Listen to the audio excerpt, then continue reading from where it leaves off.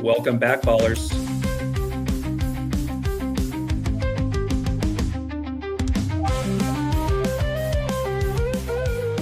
Let's get those thumbs up in the chat.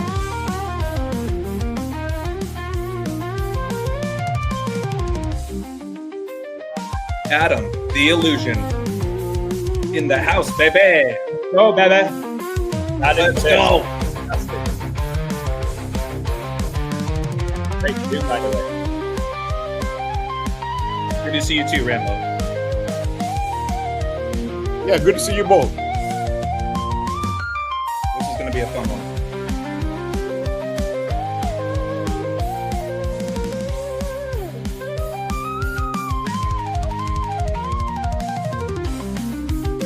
Comments already blowing up. What's up, dudes?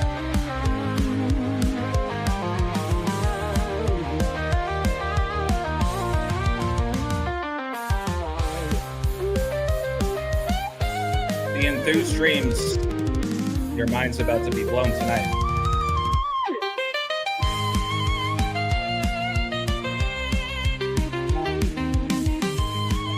What's up, Jonathan? Good to see you.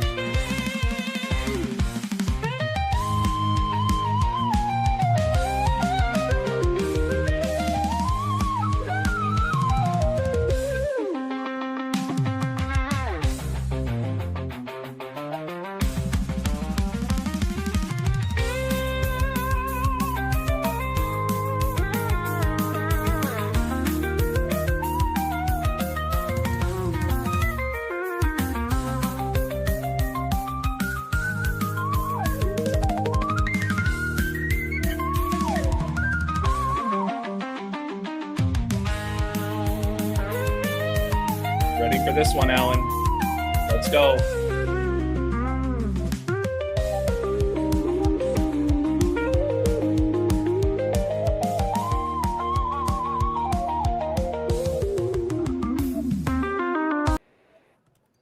Welcome back, ballers, to another episode on the Balll Don't Lie channel titled The Foot and the Ball. This time, for the second time, actually, Adam, I believe you and I have done at least one other live stream on my channel. Yes, Adam the illusion is in the house, baby. Let's go. Baby. Let's go. I'm so excited for this one, man. You know, just for everybody watching and listening, thank you very, very much for tuning in. I know you guys will not regret it. That's for sure. I know that Adam and Rambo have also had intentions of, doing a live for a while now. So I'm just really glad to be a part of this particular stream. Thank you for letting me kind of be the liaison, if you will, to make this happen. But we're titling this The Foot and the Ball because we are on the eve of the NFL kickoff tomorrow, Thursday, September 4th. But let's not forget, there's a lot going on in the world of world football. Also, we call it soccer here in the United States, but I've learned a ton from both of you guys when it comes to the world of soccer. Rambo and I had some jokes last night about, I don't even know the rules. Adam, I bet England money line last year, and they ended up winning in extra time, and I lost my bet. And I'm like, what the hell? Like, I don't know how it's so essential. Yeah, you've got to know the difference between betting on qualifying and betting to win in 90 minutes. So yeah, right, exactly. Rambo was explaining to me there's a difference between extra time and injury time, and all that kind of stuff. But we can get into that later. But without further ado, Rambo, it's good to see you again, my friend. Let's maybe knock out a couple intros here. Rambo, for those that may or may not be familiar with your work, please let the followers or the watchers know where they can find you and support you. Yeah, thanks for putting this together again. And great to see Adam. I'm looking forward to this. So if those are wondering where they can see my work, it's on patreon.com/thetruthcodes and Instagram.com/thetruthcodes. And there's going to be some really interesting stuff that Rambo's been touching on for quite some time that we're going to dive into, specifically related to world football, as I'll call it. Or, you know, I'm an American, so I'll just call it soccer. But Adam, without further ado, please introduce yourself to the viewers for those who may not be familiar with you and your work. I know you've been around. You've been on Apollo the Original. You've been amping up your game a little bit. So I really appreciate you jumping on with us today. No, I appreciate it, brother. Thank you. So I've been coding 5 years. And I code all sports, but I just code our reality in general. And the biggest thing I've learned is everything is connected. It truly is all connected. So the fact that we're doing this stream today, connecting the NFL with like the Premier League, for example, is a really good opportunity for us to show the world how everything is connected. Like Brady, for example, was in attendance when Cristiano Ronaldo became the all-time leading goal scorer in the history of world football. And Brady's the GOAT, and he's won 7 Super Bowls, and Ronaldo wears number 7, and just how significant that number is with the occult, with the Bible, with the world that we live in, with creation. So been doing this for a while, and I've come across people like you, become really close friends with you, with Rambo, and it's quite incredible the knowledge that's increasing throughout the world right now. And I just like to share the knowledge that I have, like the occult, which means secret, hidden.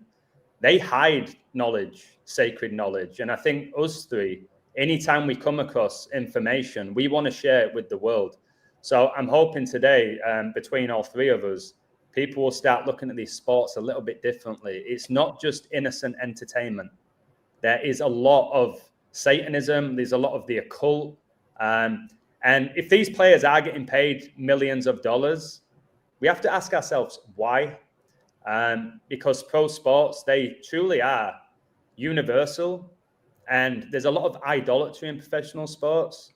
And we're gonna break down today just how connected and ritualistic they truly are. And just before we get into it, I grew up loving pro sports. I wanted to be a professional football player, soccer player. I played for Bradford City. I could have gone to Barnsley, Sheffield Wednesday, Sheffield United. I played in Hollywood, and I loved the game. But I love sports. I was a PE teacher, and I still love sports. I will not change my stance on sports, but the professional game, especially over the last few years, something's not right with it.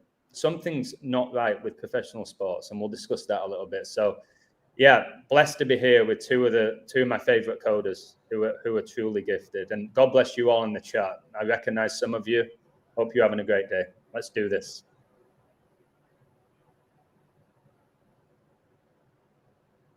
I think your mic's off. My apologies. I was just saying we appreciate you, Adam.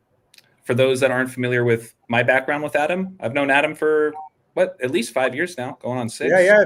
Pretty much beginning of my journey, I came across you. Yeah, and it's very rare that those that collaborate with each other are able to meet in person, right? So I really appreciate, what you've done for me as far as us coordinating that get together in LA back in the day, and we had a handful of people show up too. It was a true blessing to actually meet people in the flesh, right? Yeah, but it was a blessing when you gave me your book. One of the best books I've ever read. Honestly, I've read it a couple of times now, and I was there when you was writing this. The journey you was on, the codes you would send me, and I was like, "Wow, this is incredible!" Oh my word! I've just turned to a page now, and it's about Miroslav Satan, the NHL player.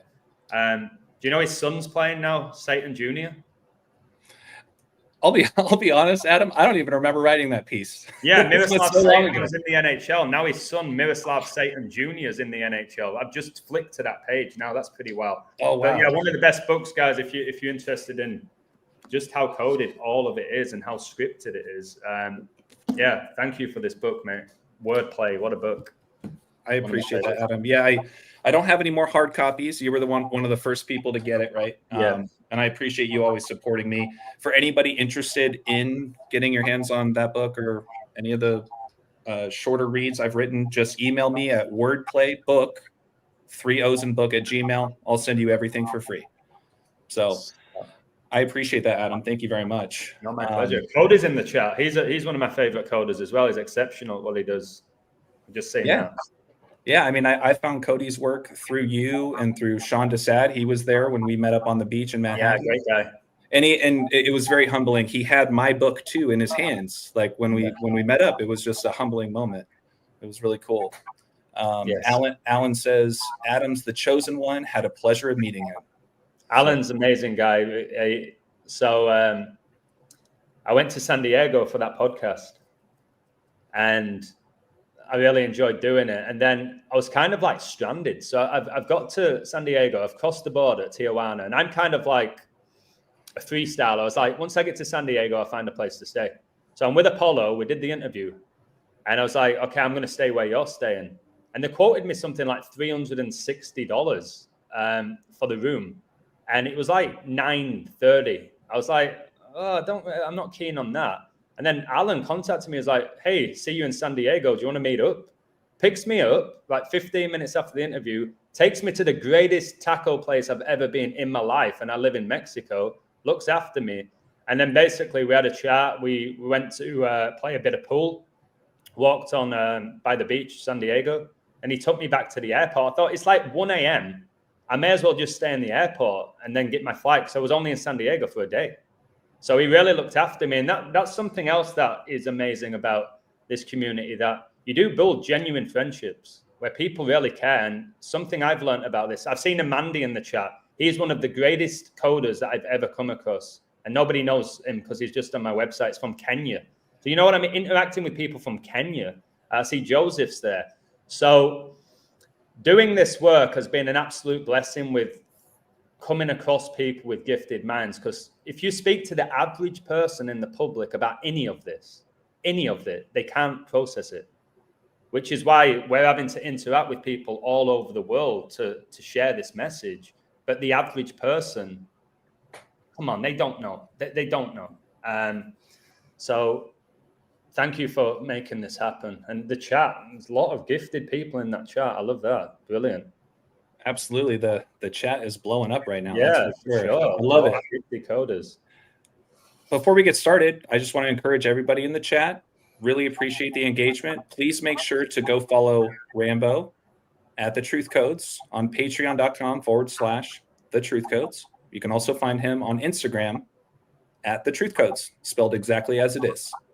And of course, my man Adam, The Illusion, he has his own website called theillusion.co. He also has a PayPal. The links are in the description of the video. You can also find him at The Illusion 111, right, on Instagram. Yeah, it's the only one that was available. I just wanted The Illusion, but somebody took it. I wanted The Illusion 11. Somebody took it. I was like, okay, 111. Well, illusion equals 111 in the simplest cipher.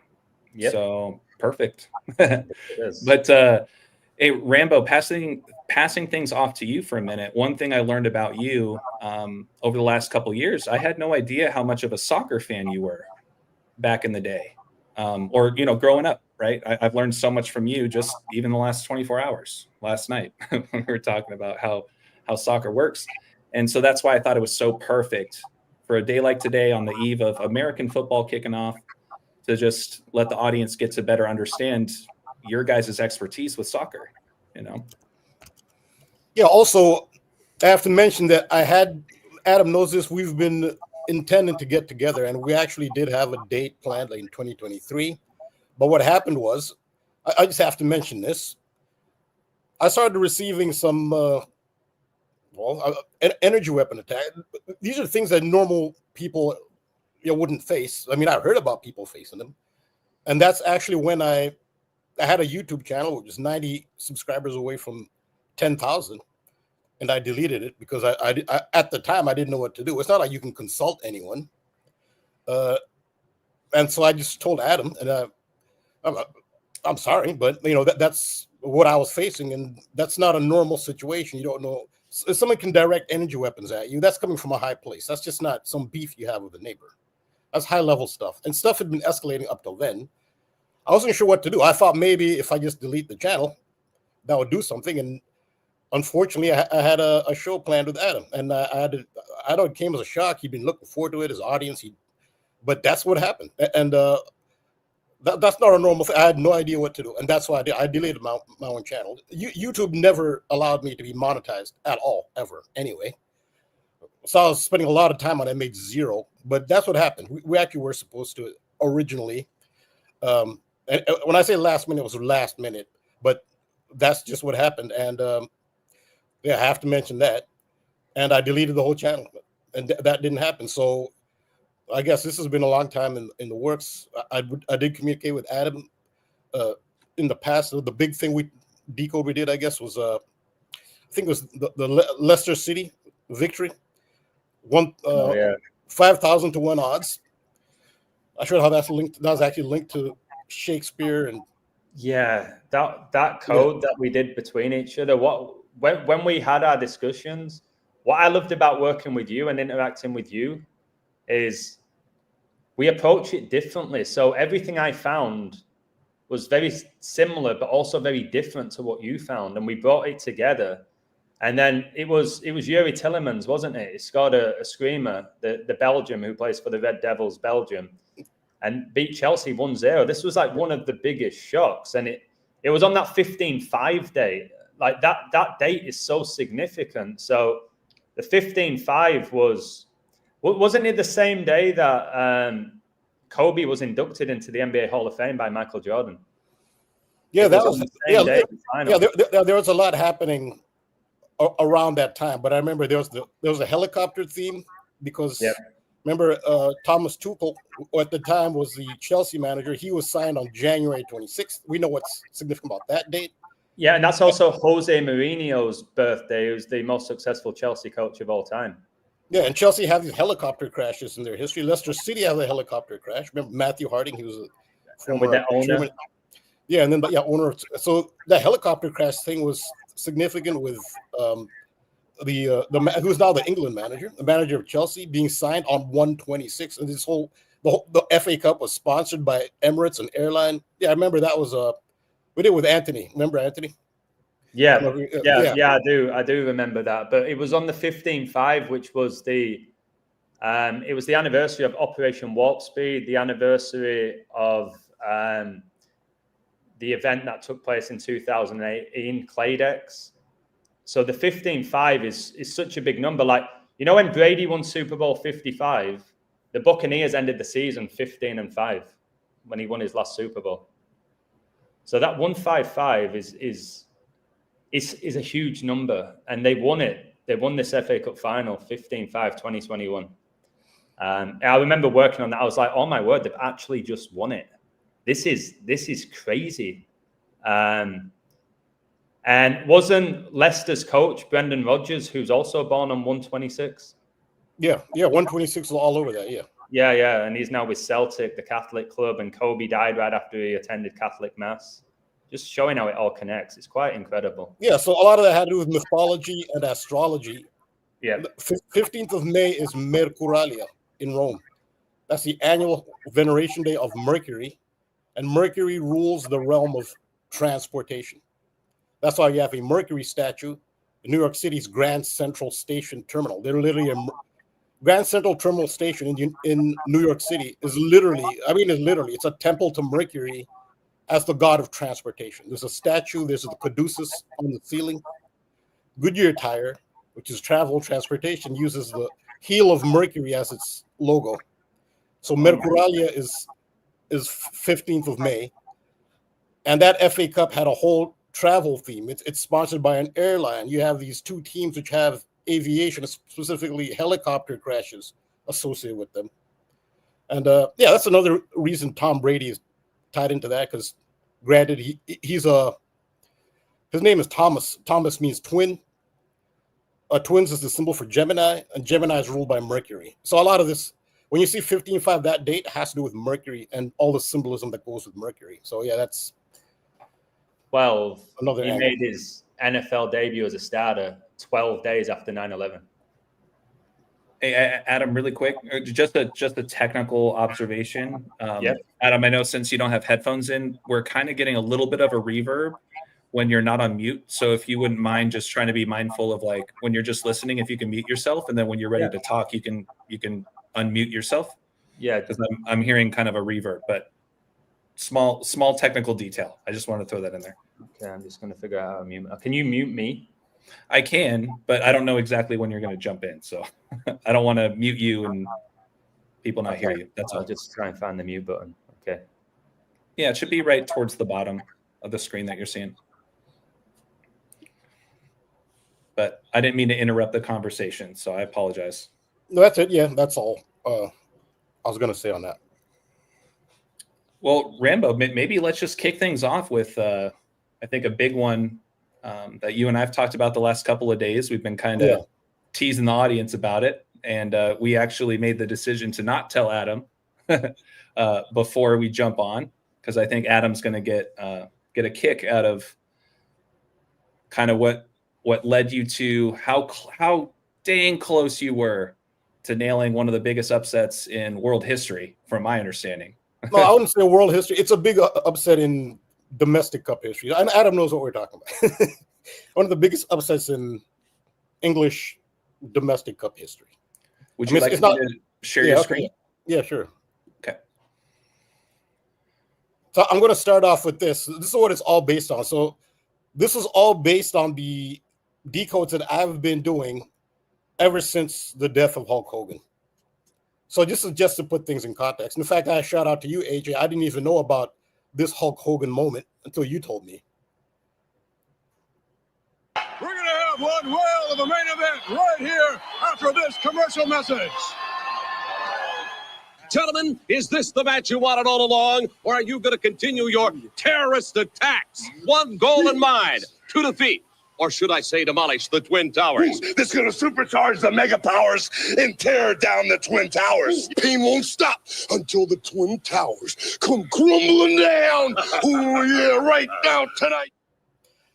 So that was the basis. Hulk Hogan and that was 1989, 9/11 predictive programming. They even said terrorist attack. They're going out of their way to be as detailed. They even showed a graphic that looks like, at the beginning, you saw it, looks like the Twin Towers of the World Trade Center. So that's what started my decodes. And this was I did a series called Judgment Day. WWE uses that term, Judgment Day, for some of its events. And that's what I based a whole series of decodes on. And so Hulk Hogan, Randy Savage, and Miss Elizabeth, she's very important to this. They make a trinity, and they were called the mega powers that they were referring to there. And also very important is their colors, red and yellow. That's the trinity. So Miss Elizabeth, really key to this. She's the female in this. And when you think of Elizabeth, you know what you think of. You think of royalty. And so red and yellow. So they talked about tearing down the Twin Towers. Where do you see Twin Towers? You see Twin Towers on the flag of Spain, which is the crest of Spain is on their flag. But you also see the red and yellow, which is the Hulk Hogan colors. And so once Hulk Hogan passed away, well, this made these relevant again. The flag of Spain, of course, the Spanish females were in the final of the European Championship. That was related right after Hulk Hogan died. This is the Twin Towers, which Hogan himself with the red and yellow talked about tearing down. Now, in Spain, they refer to these pillars as the pillars of Hercules. They could be known by many things. They could be the pillars of the Temple of Solomon, the pillars of Lamech, the pillars of Hercules, pillars of wisdom too. This is on the Spanish flag, the red and yellow. It says here, it explains even on Wikipedia, pillars of Hercules, specifically. Now, in legend, Hercules separated Africa from Europe, Spain to the north, and Morocco to the south. That's in legend, at the Strait of Gibraltar. So this is Gibraltar in the north. I actually used to live right here in Morocco. I lived right here, and I visited Gibraltar often. This is a 15-minute plane flight. In legend, can you not take a boat ride over there? I'm just curious. Like I've taken a boat ride, and I've taken a plane ride as well. You can actually take a ferry. So there's a ferry where you drive your car onto there's like a huge parking lot underneath. Yeah. You drive it on. Then you go upstairs. You disembark. This one doesn't go to Gibraltar. That ferry, it goes to Algeciras. and then you drive your car off, and then you drive into Spain, and you can do that. You take a ferry. So I've taken the ferry, but the ferry doesn't go to Gibraltar. The ferry goes to Algeciras, but the plane goes to Gibraltar. Or you can take a boat. Regardless, I've been there. I'm familiar with this, but nonetheless, this is a big part of legend. That's what the Pillars of Hercules are. So the Pillars of Hercules, metaphorically, are these two towers. One is the Rock of Gibraltar, and the other is the Jabal Musa in Morocco. So those are the metaphorical twin pillars. So when Hulk Hogan talks about bringing down the twin pillars when you're wearing red and yellow, that's all the Spanish symbolism and the Hercules symbolism. So I did a decode. So I talked about that and all the imagery that came with that and symbolism. Then I had a decode titled Hero. This is a crazy incident, which you wouldn't think would be a major incident, but it was because the highest law enforcement official in the United States, the Attorney General, Pam Bondi, actually talked about this. And it was about a Department of Justice employee. He's actually an attorney who threw a Subway sandwich. This is very important. Outside a Subway sandwich restaurant in Washington, D.C. He threw so this is how the confrontation started. There's all video on it. He took a Subway sandwich and threw it into the chest of an ICE agent. He was protesting basically martial law, which, think about that. So he's seen as a hero, an activist hero. A hero is another name for a submarine sandwich, a hero sandwich. It's also called a hoagie, United States. Hogan, just that. So there are connections there. Very important is the color coding, the green and yellow of Subway. This is crucial to that. So I'm not seeing anything for the future. I'm just doing these decodes, and all these elements keep popping up. And the address is very important. We just talked about the 9/11 predictive programming, bring down the Twin Towers. Look at the address of that Subway sandwich store. Just so you know, now you understand why Pam Bondi, the Attorney General, is talking about a seemingly insignificant event of somebody throwing a sandwich at an ICE official. That shouldn't even be in local news, but it is significant. It's 2001. 2001 was the address of the Subway sandwich. Now, another important detail to this incident is the location of the Subway store. So this is where the Subway store was. It's at the intersection of 14th Street and U Street. This is the kicker here. I really focused on this U.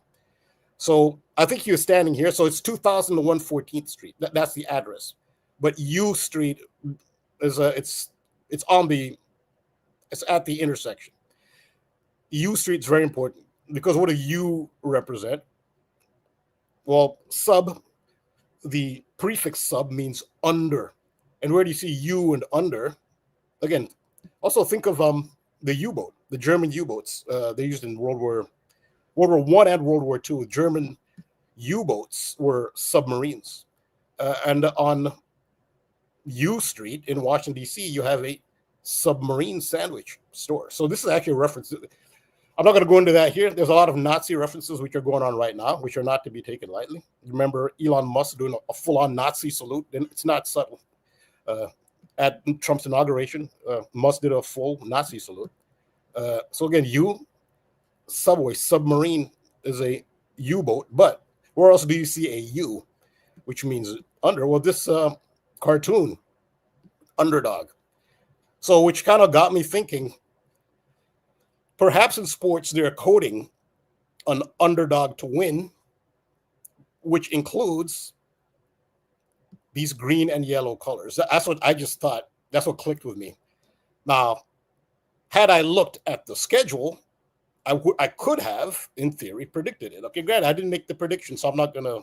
Nonetheless, I'm just showing you how I had put the elements together that led up to this big upset. It's the green and yellow colors and underdog on U Street and all the meaning of sub and under.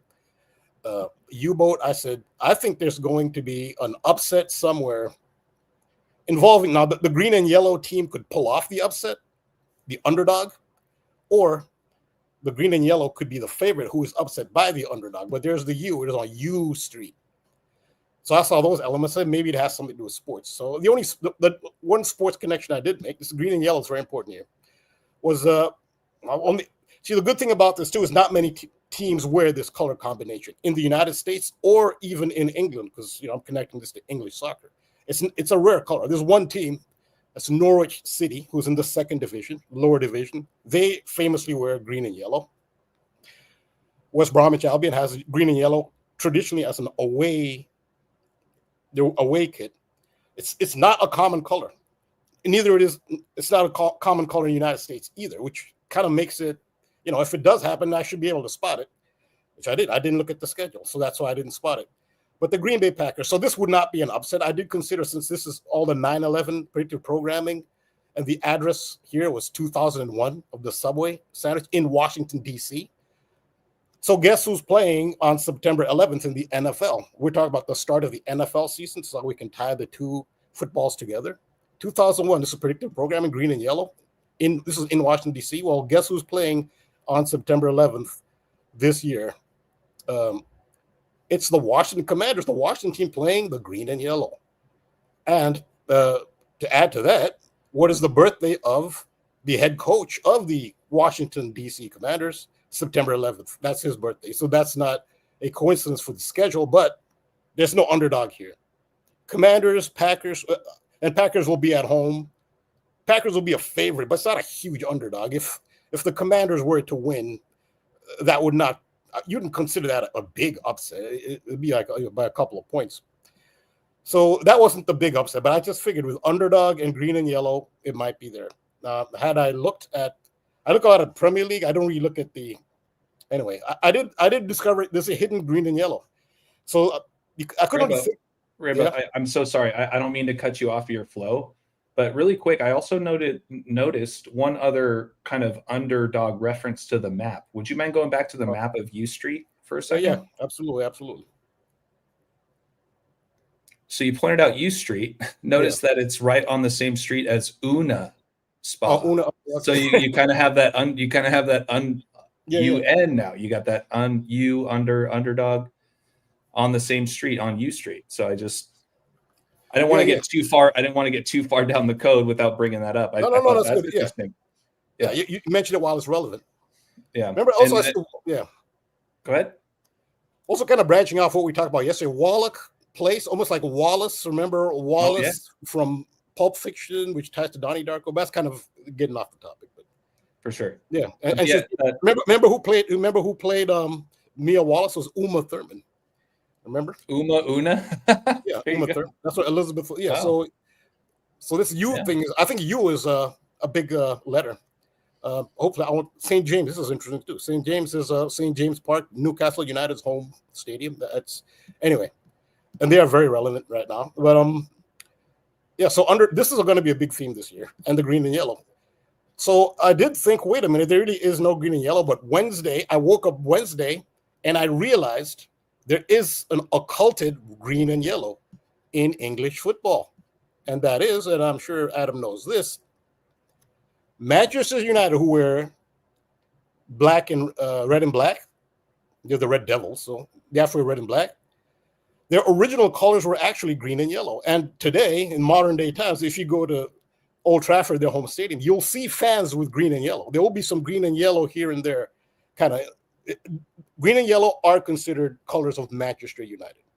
They originally were founded they're called Newton Heath, and then they evolved into Manchester United. The colors changed, but they still honor these colors today. That's the hidden green and yellow. And I said, oh, that's the green and yellow in England. So Manchester United probably will be involved in an upset, and I left it at that. I didn't look at the cup. That's where I messed up. Really quick though, Adam, is there anything you can shed light on as far as like why, if they have the black and red colors, why are they, why do they wear green and yellow?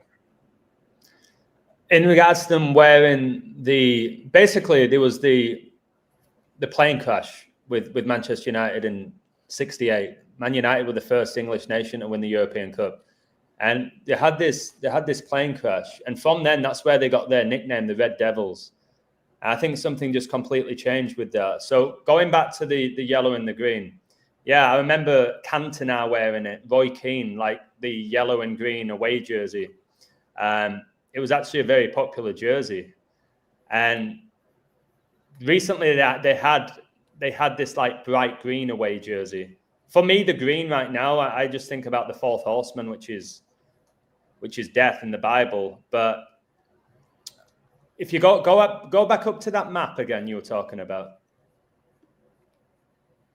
I saw something that caught my eye. All right, so in Man United, they were called the Busby Boys, and I'm seeing Bus Boys and Poets on the map. Bus Boys, it's like the Busbys. All right, that's where it all changed with Man United, with the Busby Boys. If you want to look into them a little bit, they're called Busby Babes, and that was the affectionate nickname for the Manchester United football team of the 50s.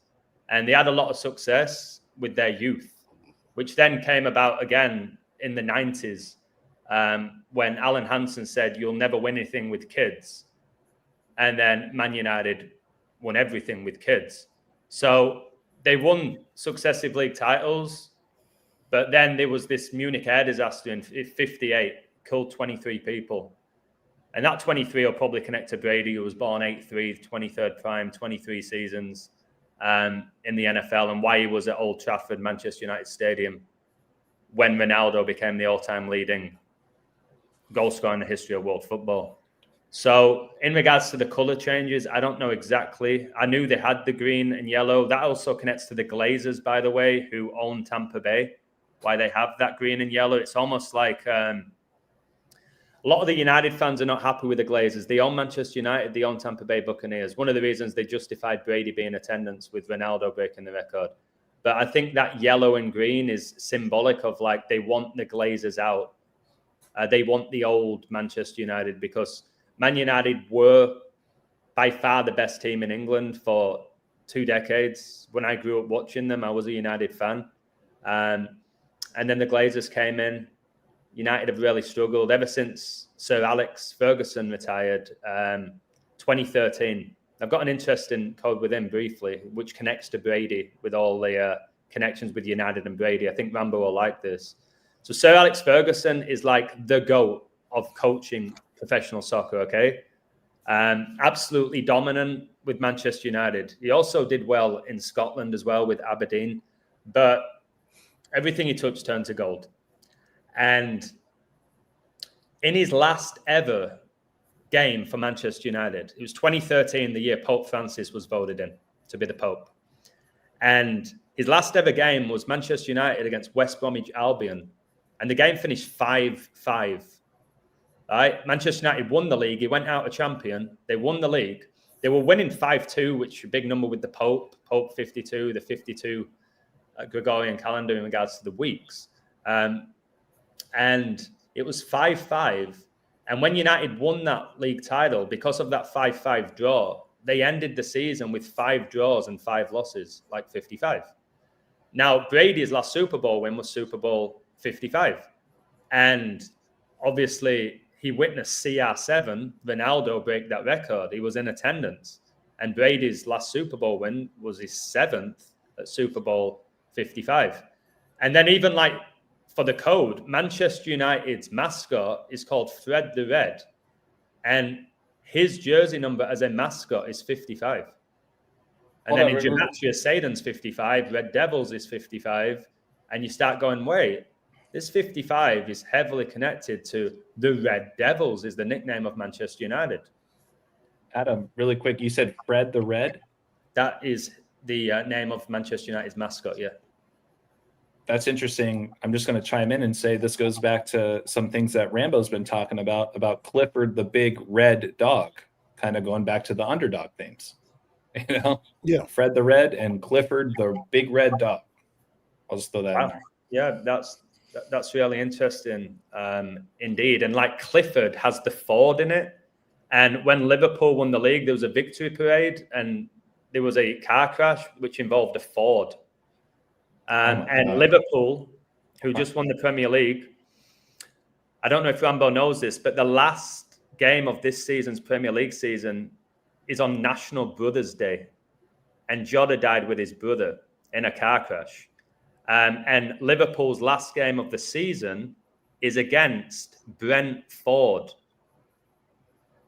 The Ford at the end. They're playing Brentford, the Bees, right? The last game. Wow. It's on National Brothers Day. And obviously Jota died with his brother, and the Liverpool parade, there was a incident which involved a Ford at the event.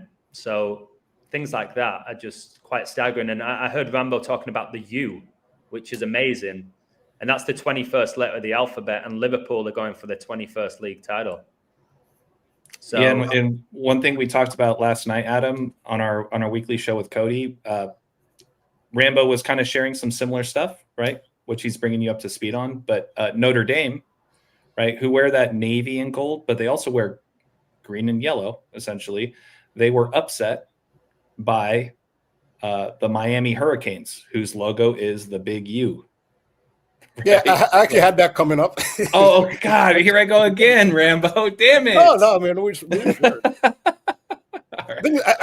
I've done decode specific. I've done decode specifically on the Ford thing. Okay, all right. My yeah, bad. yeah. Ford has been used this year on New Year's Day. I mean, kind of branch off, but on New Year's Day in the United States, they started the year 2025 New Year's Day on Bourbon Street in Louisiana. There was a Ford F-150 that ran people over and killed like 15 people. That was a Ford F-150. So they had started already with that, and there's a bunch of stuff. I don't know. It could be related to there are only two outright female owners in the NFL. One is with the New Orleans team, Benson. The other female owner, outright female owner, is Sheila Ford of the Detroit Lions. So with all this Ford stuff, maybe that's a clue. But yeah, I've done Ford 150. F-150. It's a Ford F-150. Yeah, Tom Brady was born with 150 days left in the year. Oh my God, you guys! Yeah. You know what I just noticed? In this image, Rambo, that you're sharing, look at the bottom right corner. Old Trafford, 100 years. Trafford. Ford. Oh, Trafford. Okay, there's your Ford. Your Ford's right in there. No, I don't know what that's. Yeah. I don't know what that's in reference to, but since we're talking about Cliff Ford and Ford, that's the name of the stadium. Yes, because it's very relevant, AJ. It's very relevant because Liverpool winning the league, Jota was still alive, and they won their 20th league title to match Manchester United's 20 league titles. And Jota signed with Liverpool in 2020, and he wore number 20, his jersey. So that is very relevant because of Liverpool and Manchester United both having 20 league titles now. They're joint. So if Liverpool win the title this year, they're going to make history. And there's been a lot of history made over the last couple of years, I've noticed. Holy smokes. Yeah, I had no idea what that even means. All I saw was Ford right there as we're talking about Ford. So yeah, that's a good catch. So this game you're talking about, Adam, the last game of the season between West Brom and Man United, which I remember that game. Remember who scored a hat trick in that game? A second half hat trick. He came on. Yeah, it was Romelu Lukaku, whose name begins with Rome. And also, who does he play for? The national team? Belgium, the Red Devils. The Red Devils. Yeah, there you go. Yeah, so he scored a hat trick in that. He's the all-time leading goal scorer for the Red Devils as well. Yeah. So there's some Red Devils connection there with Lukaku. Again, in this half, he came on in the second half. He scored it in the second half. So, yeah, so these are the connections I made with the green and yellow and underdog based on this sandwich thing and the whole thing with Elizabeth that I said earlier with bring down the Twin Towers and the Pillars of Hercules and the Pillars of Hercules being the Strait of Gibraltar. That all came down with Hulk Hogan bringing down and the red and yellow. So just to give it context, well, these are just things that came up. I just thought there must be an underdog. Well, this was the big upset story, which I didn't predict it because I didn't look at the schedule. I'm just looking at Premier League game. I didn't even look at the what was happening in the cup. This is the League Cup. There are two domestic cups. One is the League Cup. So they have 4 divisions.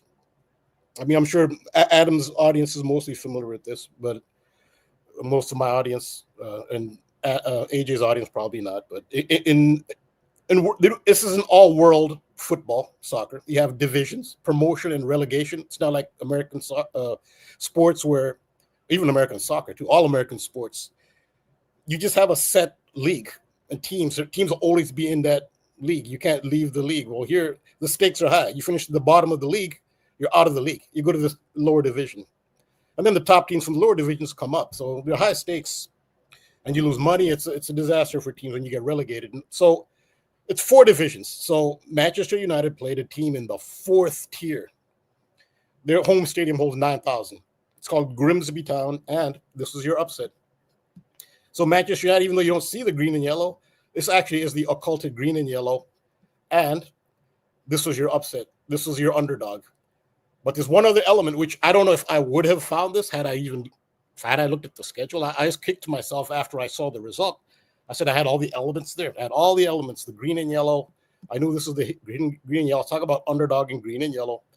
This is an element I watched Adam's video. I don't know if I would have found it. I'll just give Adam credit on his video, which really clinched the whole thing for me. He looked at the manager of Grimsby.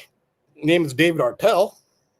Again, shout out to Adam for finding this. This is David Artell, the Grimsby manager, born in England. He played for the Gibraltar national team. And what is Gibraltar? It's the Pillar of Hercules that I talked earlier. Pillars of Hercules, Rock of Gibraltar. So yes, it was a ritual for based partially on this. Now, what are the colors here on the Spanish flag with the Pillars of Hercules? Which again, this is related to Gibraltar. It's the red and yellow. And where was the red and yellow? Well, the star of the show. This was the star of the show in this upset game. This is the big superstar of the show who made it all possible. It was a Manchester United goalkeeper. Andre Onana, the infamous Andre Onana. I've done decodes on Onana. This is not my first rodeo with Andre Onana. During the World Cup, I did a couple of decodes with Onana because his name is the chorus of one of Rihanna's biggest hits. One of Rihanna's biggest hits was "What's My Name." She had just given birth. She wasn't telling people the name of her son for a whole year. So I said, "What's my name?" And the chorus of the song is "Onana, what's my name? Onana, what's my name?" I've done a whole bunch of Onana decodes. He's the red and yellow. There's your red and yellow. So you have everything. You have red and yellow. You have the Pillars of Hercules. You have Gibraltar. You have the underdog. And you have the green and yellow. These are all elements from my decodes. And so going into the... so this ties into the Spanish Armada. I could maybe talk about this later. The Spanish Armada. So the Elizabeth, we're talking about Miss Elizabeth. That's a reference to Elizabeth I, not Elizabeth II. Elizabeth I was the queen when the world power was shifted from Spain, the Spanish Armada. Spain was the dominant power, dominant colonial power, the dominant empire, until the Spanish Armada, which was considered invincible, was defeated. And it was defeated under Elizabeth I. That's the Armada they're talking about. And this Spain-England rivalry that's been developing. Rambo, can I just jump in for 30 seconds for you? Oh, yeah, go ahead. So, Sir Alex Ferguson, his mother was called Elizabeth. Yeah. And his greatest moment was when Manchester United won the treble in Spain, in Barcelona Stadium. So I just wanted to share that. Thank you, brother. No, sure. I mean, if you want something to add, go ahead. No, like you said, we just here. It just got me thinking about his mother, and that his greatest moment was in Spain when they beat Bayern Munich at the death. Are you done with the Grimsby code? Because I have loads on that. We could go back to that later. I've got loads on the Grimsby game, but I'm almost done here. Yeah, I'm almost done here. Yeah. So this is a reference to the Spanish Armada. There has been, like Adam, this is Spain-England connection. Where did Diogo Jota die? He died in Spain. And we were just talking earlier, me and Adam, there's a player, Trent Alexander-Arnold, who's very relevant to this, who wears 66. Nobody in the history of football ever, or in the present, ever wears that number. It's just his number. It's a reference to the Beatles, 1966. The real Paul McCartney very likely died. Even when England won their sixth Champions League. They won it against an English team, Tottenham Hotspur, in Spain, the home of Atletico Madrid, the Wanda Metropolitano Stadium. On that very day, a former player of Atletico Madrid and the first Spanish player to play in the Premier League, Jose Reyes, died in a car crash. I hope that's not too much, but there's a Spain connection. Liverpool's in the European final with another English team in the Champions League final, and a Spanish player dies in Spain in a car crash, just as Diogo Jota died in Spain in a car crash. This was Liverpool were the eventual champions. They won 2-0, 2-0. Diogo Jota's number 20. Liverpool won 2-0 over Tottenham. So the Spain connection. There's another English player, real quick, I'm almost done with this. Another English player who died in a car crash in Spain. That's Laurie Cunningham. So West Bromwich Albion are very connected. You mentioned West Bromwich Albion and the 5-5 draw at the end of the 2013. And I brought up West Bromwich Albion in reference to green and yellow. That's their traditional, and still is, I think, to today, their traditional away kit. Laurie Cunningham, he came to fame with West Brom. Well, he died. In fact, he died in '89, the year of Hillsborough. He died in Spain in a car crash because he went to Real Madrid. Laurie Cunningham played in Real Madrid.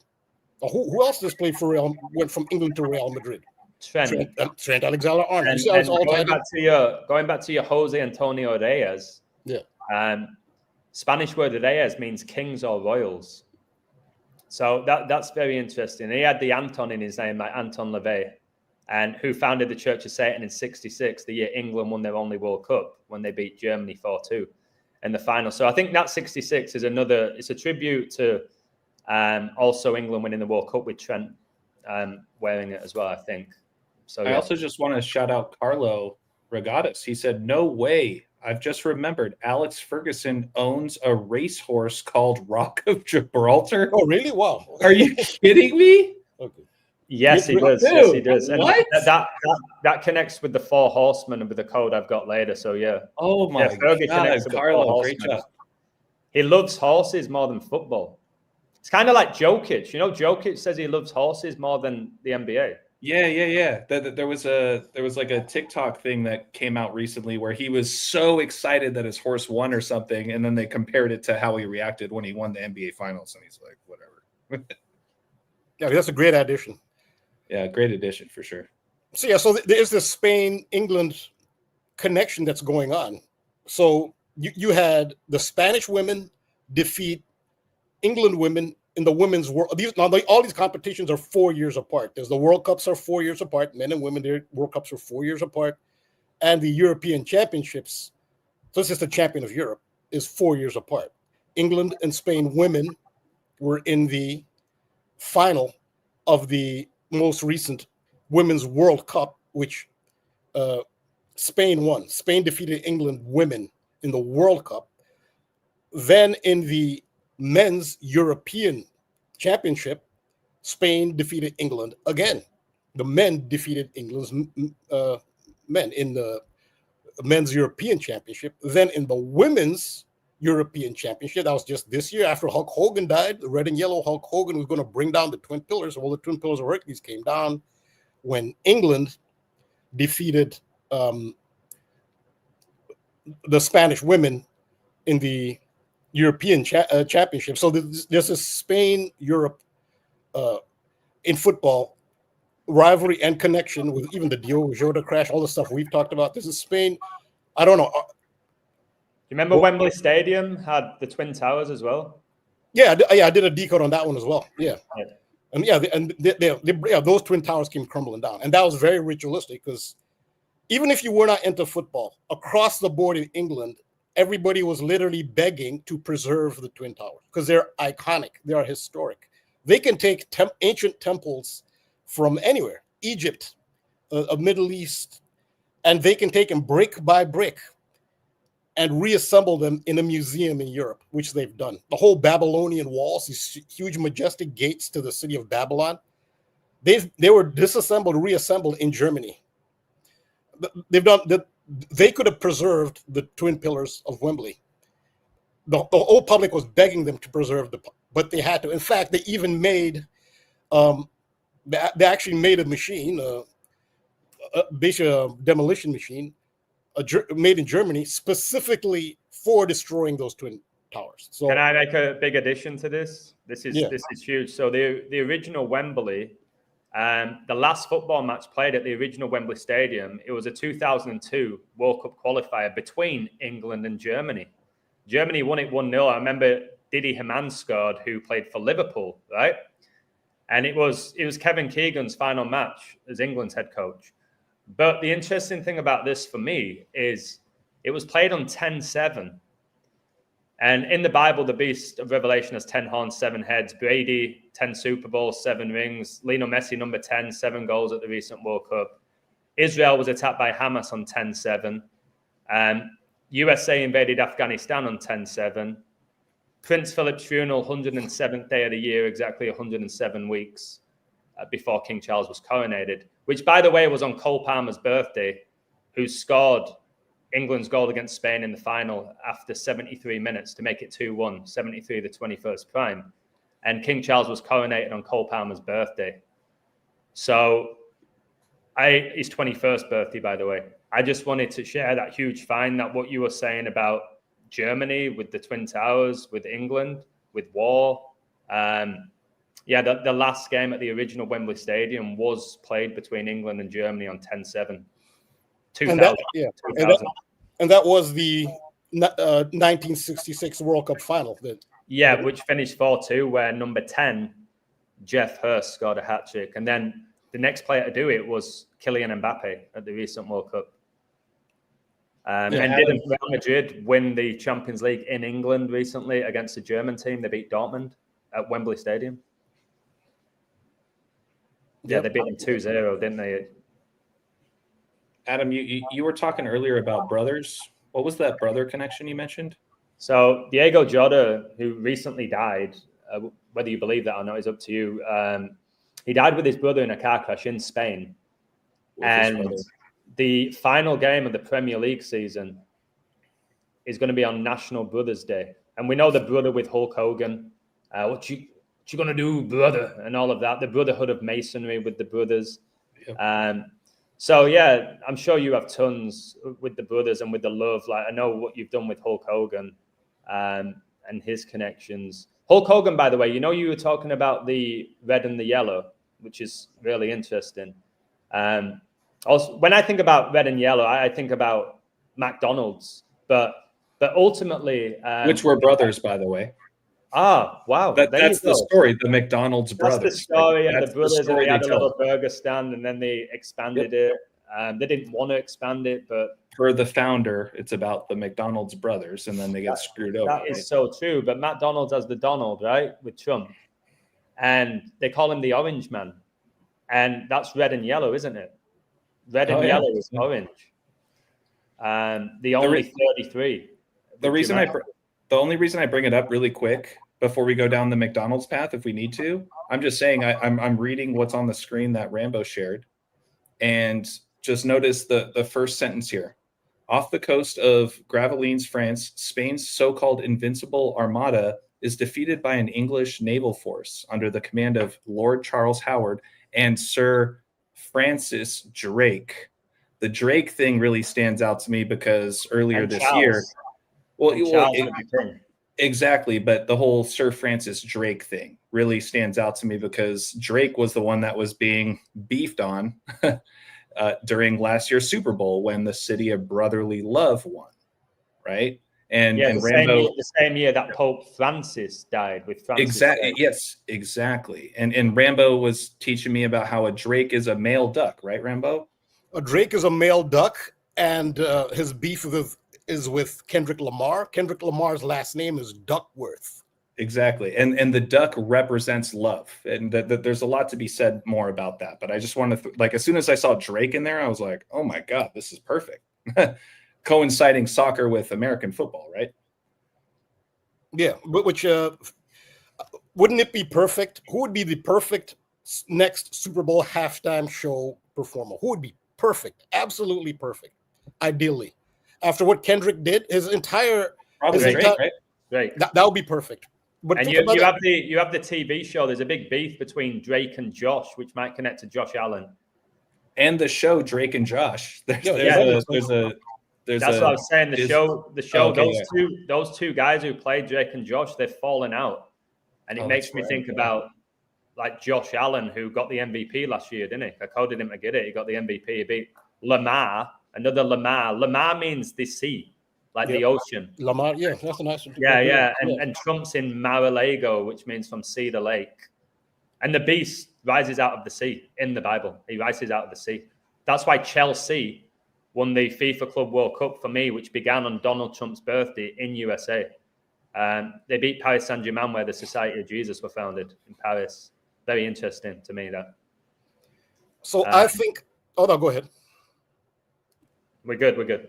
Okay, yeah, so this is part of the narrative. So I think Drake, this is just my guess, Drake, he's too perfect. Think of the attention they're going to get. Like, Drake has a chance to get what? Revenge. If Drake, revenge. Yep. Revenge is the name of one of the ships, one of the British ships that defeated the Spanish Armada. And so this is a famous painting by John Seymour. This is from 1889. So the defeat of the Spanish Armada, that was around 1588 where that happened. I think around that time, 1588, with pictures from 1889. But this was a ship called the Revenge. So this is a picture of the leader of the Spanish Armada, Pedro de Valdés, surrendering his sword to Francis Drake aboard the what? Revenge. So, and where do we already see revenge? England got revenge, the women, for their defeat at the World Cup. So Spain women defeated England women in the World Cup. They meet 2 years later in the European final, and England got the revenge. The twin pillars came crumbling down with the red and yellow Spain, and England got their revenge. Will there be revenge for the men's team? Who knows? Maybe that is. But as far as the name Drake and revenge, to me, this looks, who knows? But it lines up well. 1588 with all the 88 connections of Back to the Future. Another thing to talk about Josh Allen. What colors does Josh Allen wear? He wears red, white, and blue. So you could see another color scheme to look out for is red, white, and blue versus red and yellow. I don't know. Could it be Commanders, Bills? I mean, that would be red and yellow versus red, white, and blue. If Drake was there for the revenge, you have red, white, and blue versus red and yellow. And the Commanders, I said, with a big ritual they had, and it connects to Donnie Darko too. Donnie Darko did feature at the time Redskins. There was no football at all. This for a very split second, they had a scene of Doug Williams, quarterback for the Washington Redskins, because that movie was set in 1988. The Redskins won in 1988 with Doug Williams at the helm, the very first black quarterback to win a Super Bowl, which is relevant because, granted, there are a lot of black quarterbacks now, but the Washington Commanders happened to have a black quarterback at the time, and a very, we'd say, overachieving black quarterback. He went way further than any rookie ever has. No rookie had even made the playoffs. He actually won a playoff game, so that could be in the cards. And in Donnie Darko, they actually mentioned, you could hear the commentator mention Doug Williams' backup in 1988, because the movie set in 88. The Redskins won in 88 in January 31st, 131. But in October, which is where the movie Donnie Darko was set, in the fall, the following season had started, and the Redskins did not do well at all. They were awful, and the commentator even says, you need to bring in Mark Rippon, the backup. That's a reference. So they hit their little football reference in there. Well, Mark Rippon would go on for the, at the time, Redskins to win a Super Bowl. He won Super Bowl 26. The next Super Bowl is in the year 26. Mark Rippon's Super Bowl 26 victory was against, for the Redskins, was against the Buffalo Bills.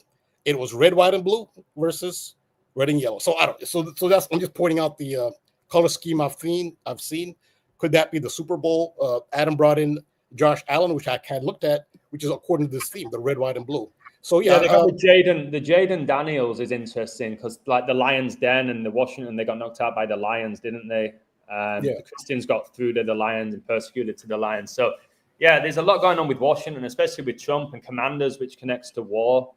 And Josh Allen, they're really building him up, and he's got the New York connection, the Queen connection. That's why I think he won the MVP with all of his Queen connections that he has.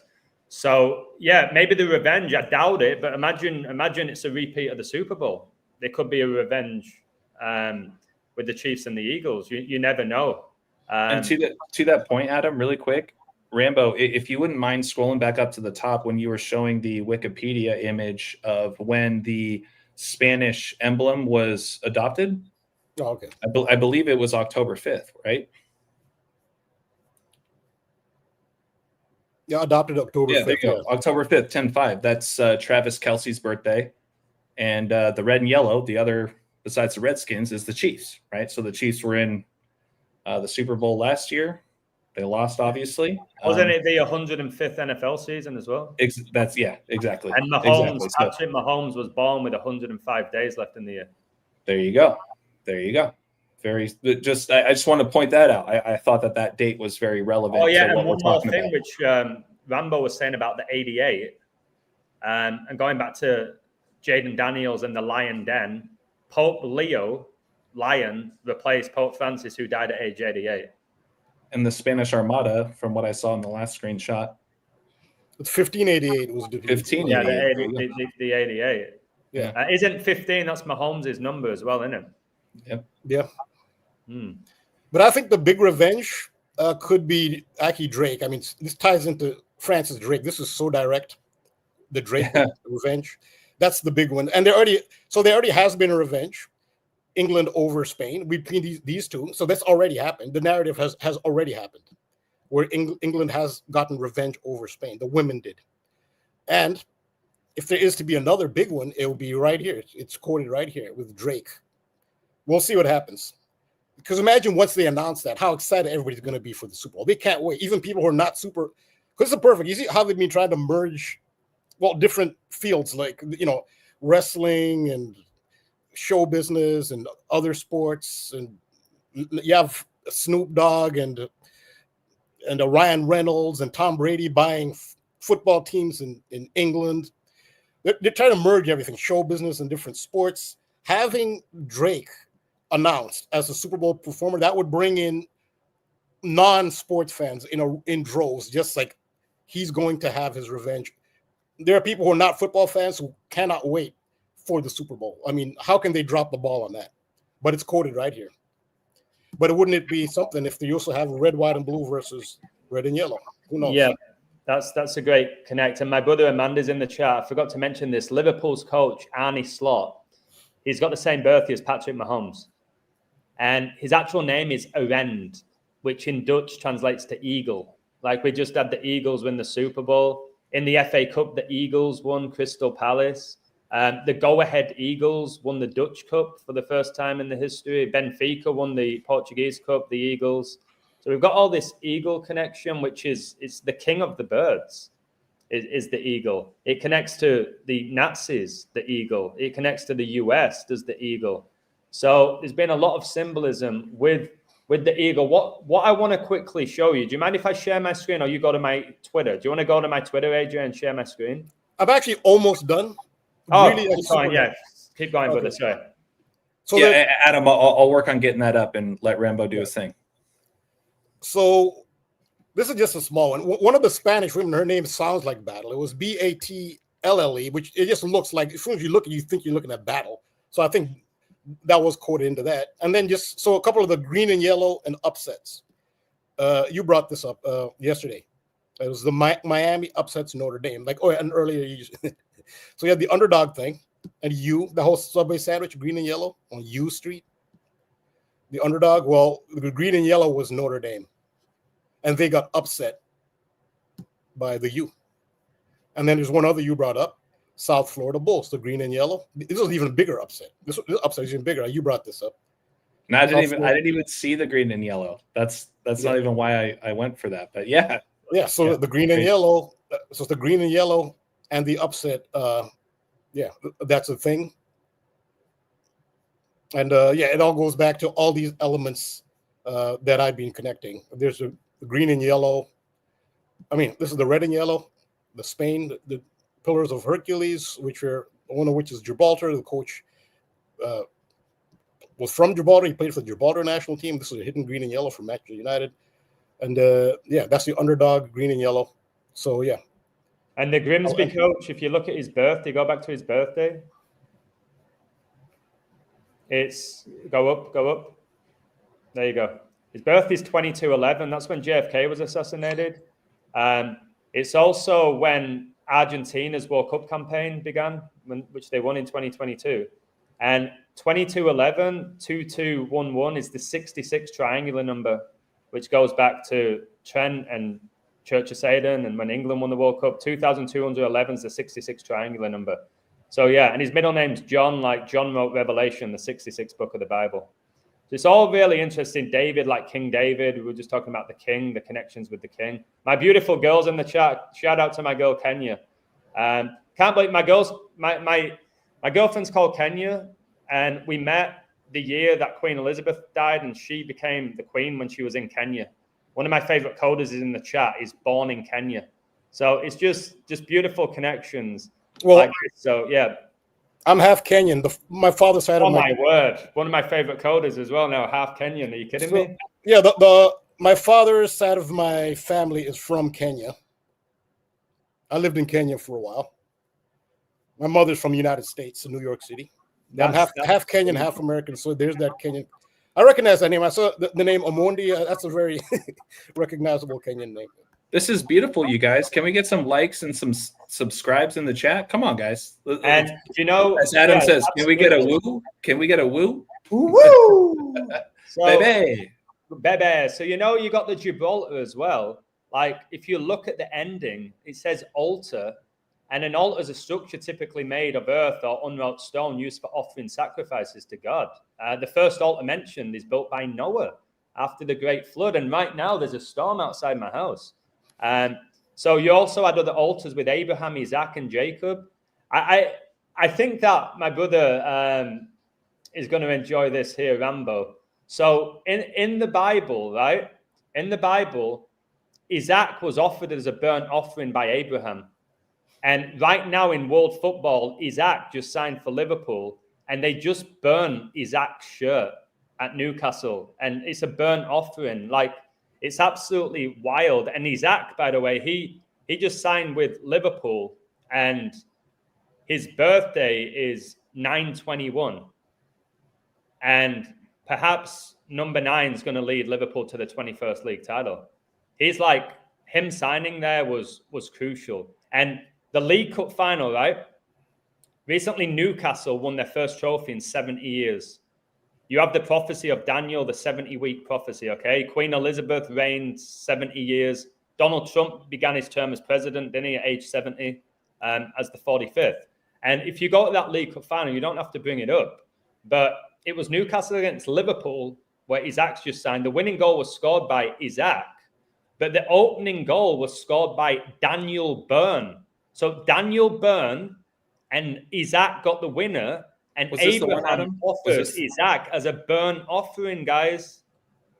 You see how deep that is? Whether you believe in the Bible and the scriptures, it's very biblical. So going back to the Grimsby game, thank you for bringing it up, my brother Balll Don't Lie.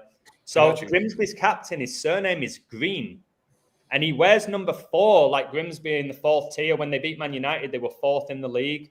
The game after, they lost to Bristol Rovers. They just lost to my club, Bradford City, who I used to play for. All right, Bradford just beat Grimsby. So he wears number 4, green, and the 4th horseman of the apocalypse rides a green horse, which symbolizes death, right? And who's Liverpool's captain? Number 4, Virgil van Dijk. And notice how he wears 4, Jota wore 20. That's Adolf Hitler's birthday, the 420. And Liverpool's the Reds, and the 2nd horseman rides a red horse, which symbolizes war and bloodshed, and Liverpool just got their 2nd league title. But Grimsby's goalkeeper, Christy James, right? Christy and James, Christ, the James was the brother of Jesus, and their nickname's the Mariners. I just coded Seattle to beat Messi's Inter Miami in a C ritual. That's why, do you remember the in the MLB, they call it, what they call it, where they're knocking out home runs, home run derby? The winner was Seattle Mariners star Cal Raleigh. And Mariners connects to fish, all right? And obviously, James was the brother of Jesus. He was a fisherman, and Jesus said, go make fishers of men, all right? Lead them to the word of God. So if you go further down, I don't know if my brother Rambo saw this. This is next level. Go down. There is a movie Oh, wait, we don't need to see pink. Keep going down. No, you can't see it all, I don't think, because you're not seeing all of my posts there, are you? I guess I'm not logged in. Are you following me? Or do you have an X account? I do. I never use it, man. All right, so it's not bringing it up. They're really old posts. But basically, oh my word, I'm following 42 people? What the heck? The beast reign's 42 months, sorry. I'm just doing a code right now, Rambo, about when Maradona won his first title with Napoli. They ended with 42 points. And when Argentina won the World Cup, recently they won the shootout 4-2, 36 years after Maradona won it. The beast reign's 42 months, 3 years and 6 months. But basically, let's do this, right? If you can't bring it up. Have me search something, yeah. Yeah. Go on a search engine and type in the movie Grimsby. Just put Grimsby movie and show me what comes up. This is next level. This gave me goosebumps. Right, there you go. So it says the Brothers Grimsby, right? This goes back to the brothers and with Jodder. And you see he's got guns. It says the Brothers Grimsby. So Rambo just did that amazing code about how Grimsby Town shocked the world. This is one of the biggest shocks in the history of the Cup. It really is. By beating the Red Devils in a shootout, which connects to guns. Yeah, a shootout. Yep. And if you, you're not going to be able to show it, but basically I've got a clip on my Twitter, right? And I can play it right now. You can hear me, yeah? I'll play it. All you need to do is hear it. Well, right? you can also request to share your screen, Adam. Maybe that's just better that I just share my screen, right? Yeah, just share your screen. Right, okay. Let me look for it really quick. Can you see my screen now then? Yes, hold on. Here we go. I just got to remove mine. Hold on.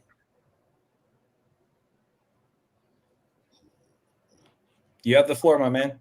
Right, okay. So I'm going to go back on it now. I'm going to share this tab.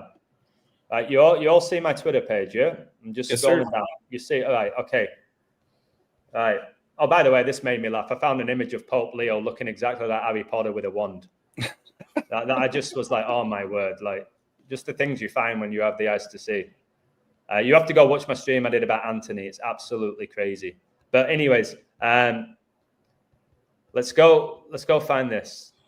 Oh, look at this, bro. Look at it. Satan in gematria, you add up the numbers, it's 180, which is the highest score you get in darts. And the best darts player right now is called Luke the Nuke. Littler. Darts also kind of reminds me of the roulette table where there's 36 numbers, right?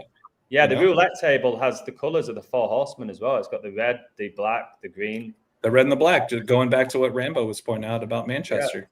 Yeah, exactly. But anyways, I'm gonna look at this symbolism with his two Baphomet fingers there, bro. Look at that. It's like it's so in your face. But I'll show you the image. I don't want to get off topic, but there. I'm almost there. Oh, look at this. The Bruno as well. Rambo Bruno, like the movie with Sasha, Baron Cohen. He starred in that movie. If you go look at it with the brothers Grimsby, he starred in that movie. But Bruno, he starred in Bruno, and Manchester United's captain is Bruno. And look, they're sponsored by Snapdragon. Satan's the red dragon. They wear the devil on their heart with the jersey.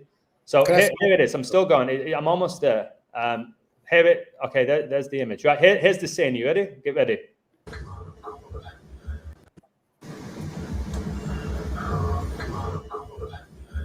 You'll never come there alone. You're never alone in my people off. What? See those blokes out there? Those are Manchester. Those are Manchester United supporters. Look at the name of the movie. Wow. Right, Manchester, and they've got green lasers. The green lasers, and Grimsby's captain is green, and it symbolizes death in the Bible. Does the green? It's the four horsemen. So, and like Zelensky, the Ukraine president, his name translates to green. That's why the flag is the blue and yellow for green. United supporters. And that's Sasha who played Bruno, who's Manchester United's captain. How dare those twats show me? You go ahead. And if you look, even what makes it even crazier is that when he goes to look outside at the police, look at his jersey number. It's 19. And the player that missed the decisive penalty for Man United was Mbeumo, wearing number 19. Ooh. That's amazing. And don't forget that next year is the don't forget that next year is the year of the horse.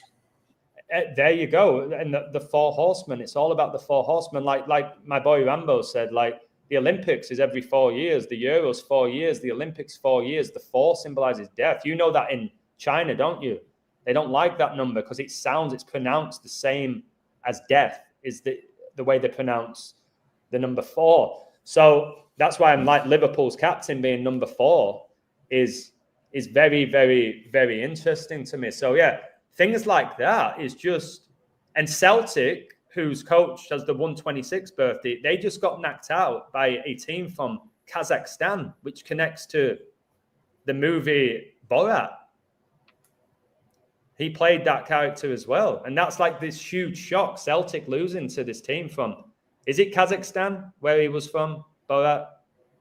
I'm pretty sure. Yeah, they said, Kazakhstan, Yeah, and that's just showing you these movies and these games, they're all synced up, and that's the beauty of it. So when you can get an understanding of all of these sports, there's a lot of gifted coders, but they might specialize in tennis or just in football or just in the NFL or just in baseball. But when you're able to code them all, and then you have a knowledge of history, then you have a knowledge of the mainstream, and you have a knowledge of the Bible, when you throw it all together, you're like, whoa, this whole reality, as we call it, a matrix, is scripted. And you've got the scripture with the Bible, you've got the scripted reality. So I wanted to show that to Rambo, because it's too perfect for man to be doing it. Like there's some sort of esoterics, maybe there's a universal code, maybe it's God, maybe it's the devil. We'll never know that. But the way us three work together, something I learned about 2.5 years ago was these secret societies, although they're smart and they have sacred knowledge, it's too perfect. Like Embuemo hit the crossbar. I don't think they're good enough to hit the crossbar. I just don't. To rehearse every single thing. Like when Pope Leo became the Pope, it was on the birthday of the Paris Saint-Germain coach, right? So Adam, really quick. So to this point, I got to chime in and ask a question, a follow-up to your kind of what you're going on. Yeah. Rambo and I talked about this too.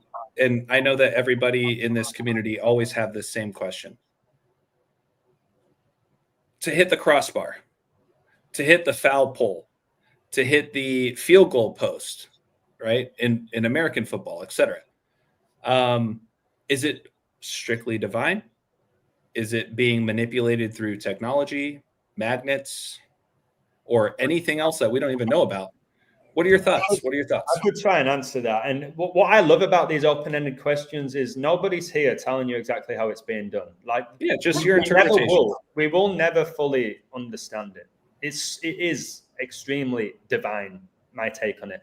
Now, the fallen angels were the ones that brought weapons to mankind. I believe they brought the technology as well. So remember, in the book of Ephesians, it says we're not wrestling with flesh and blood, but principalities and spiritual wickedness in high places. I live and die by that. Okay? It changed my life, those verses, because I started to hate the world. I was angry with the world. I really did believe we can't stop these societies. They own everything. They own the pharmaceutical industry, the education system, the governments. What can we do? And when I realized in my heart that it was more spiritual than physical, although they are connected, we know. When you've got high spirits, it has a positive impact on your physical health, doesn't it? Your mental health. It's all intertwined, just like the world that we live in. So my take on these sports is they're so perfectly put together, all the statistics throughout the last 100 years, let's say. And so many players have kept it a secret if they knew. Do you know what I mean? Like, it's quite remarkable how many would have had to have kept it a secret and not tell their wives. You and I, Adam, have had conversations with a professional MLB pitcher. He's not in the MLB anymore, but you and I have had a FaceTime, and he was very curious. Yeah, he was curious, but also clueless in regards to the code and the esoterics and the scriptures and the numbers and gematria and numerology. So you get a lot of people saying they all know. I think, like you guys know, like with everything, there's levels. In government, there's levels. In masonry, there's levels. In the Church of Satan, there's levels. So there's levels to it. So a Brady is at a different level to a guy who's just in the huddle blocking somebody. All right? He might not need to know what's going on. But then you have like Mahomes and Kelsey, they're at a different level to your average Chiefs player. Do you know what I mean? Big Red, their coach. Adam, the way I look at it, and I think you would agree, is like, okay, we need to dumb down the masses so they can be blind to everything going on. Who's not to say that's not the same approach for those that are actually playing the professional sport? We need more of them to be ignorant so we can control them. The more of them that know, then it's harder to control them. You know what I mean? Yeah, I completely agree with that. I think something that's gone on recently, which was a red flag to me, you're getting more and more information coming out of this technology, of the corruption, of the Vegas insiders. Do you know what I mean? And I personally, for me, this is my take. Rambo may look at it differently. It's absolutely fine. For me, that's a distraction from the spiritual wickedness that's behind the outcomes.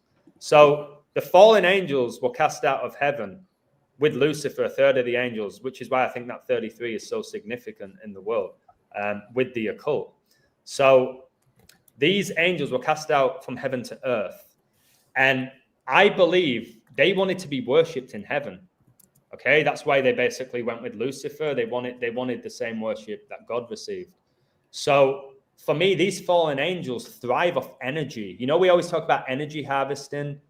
The managers always thank the fans for the energy that they brought to the stadium. So I believe that these fallen angels, these principalities, these demons are involved in everything that involves a lot of like eyes, a lot of energy. So politics, Hollywood, they want to be on the red carpet, Satan, the red dragon. That's my take on it. But man is corrupt. I'm not saying man is completely innocent. Brady said his wife's a witch. Brady literally said, I knew I was going to win the Super Bowl because my wife's a witch. Things like that. There are rituals going on, but I don't wholeheartedly believe, this is where Rambo can come in because I've never met anybody that knows as much about him as astrology. I believe that they worship these deities, these gods, these planets, okay? Like Jupiter, he can go into it. He was talking about Mercury and Saturn. We know the Saturn worship. So I believe, and Baphomet and Baal, this was stuff that they, like Baal, they were worshiping in the Old Testament, these false gods who could give them riches on earth, right? Like when Satan tempted Jesus, offered him the whole world. So I believe these people who have the spirit of the Antichrist biblically, because they deny Christ as their savior. This is biblically, not me speaking. I believe that these people are in the occult. They do have hidden knowledge. They do rituals. Some will do satanic rituals. Some, like if you actually study the Church of Satan, which I'm sure you had, the Church of Satan is egotheism.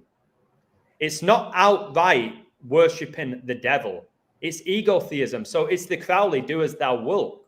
It's be your own God. And that honestly is the average person in society, whether they know it or not. So Satanism is not this typical get down on your knees, pray to Satan. Okay, it's more about being your own God. And if you look at these celebrities, I believe that's what they want to be. They want to be gods. They want to be worshipped as gods. They want the adoration. And I believe by having that mindset, it can lead you away from Christ, which leads you closer to the devil, is my take. What are your thoughts, Rainbow? That's my take. No, that's a beautiful take, Adam. I don't disagree with that, man. Thank you. What are your thoughts? What are your thoughts, Rainbow? Now that we're on the subject, you know, so you're asking for me to get into the heads of quote unquote them, right? I can't get in the heads of them. I also have my personal experience, which is very unique and very real, and I'm getting firsthand experience of them, and it's quite astonishing. So yes, if you want to make the analogy of a matrix, this is a matrix, and what I've learned is the Matrix now has become like a documentary for me. The one thing that really resonates is when, this is for me personally, I told you why I had to cancel Adam's show. I was about to be on with Adam the day before I had to cancel. I told you why. This is serious stuff.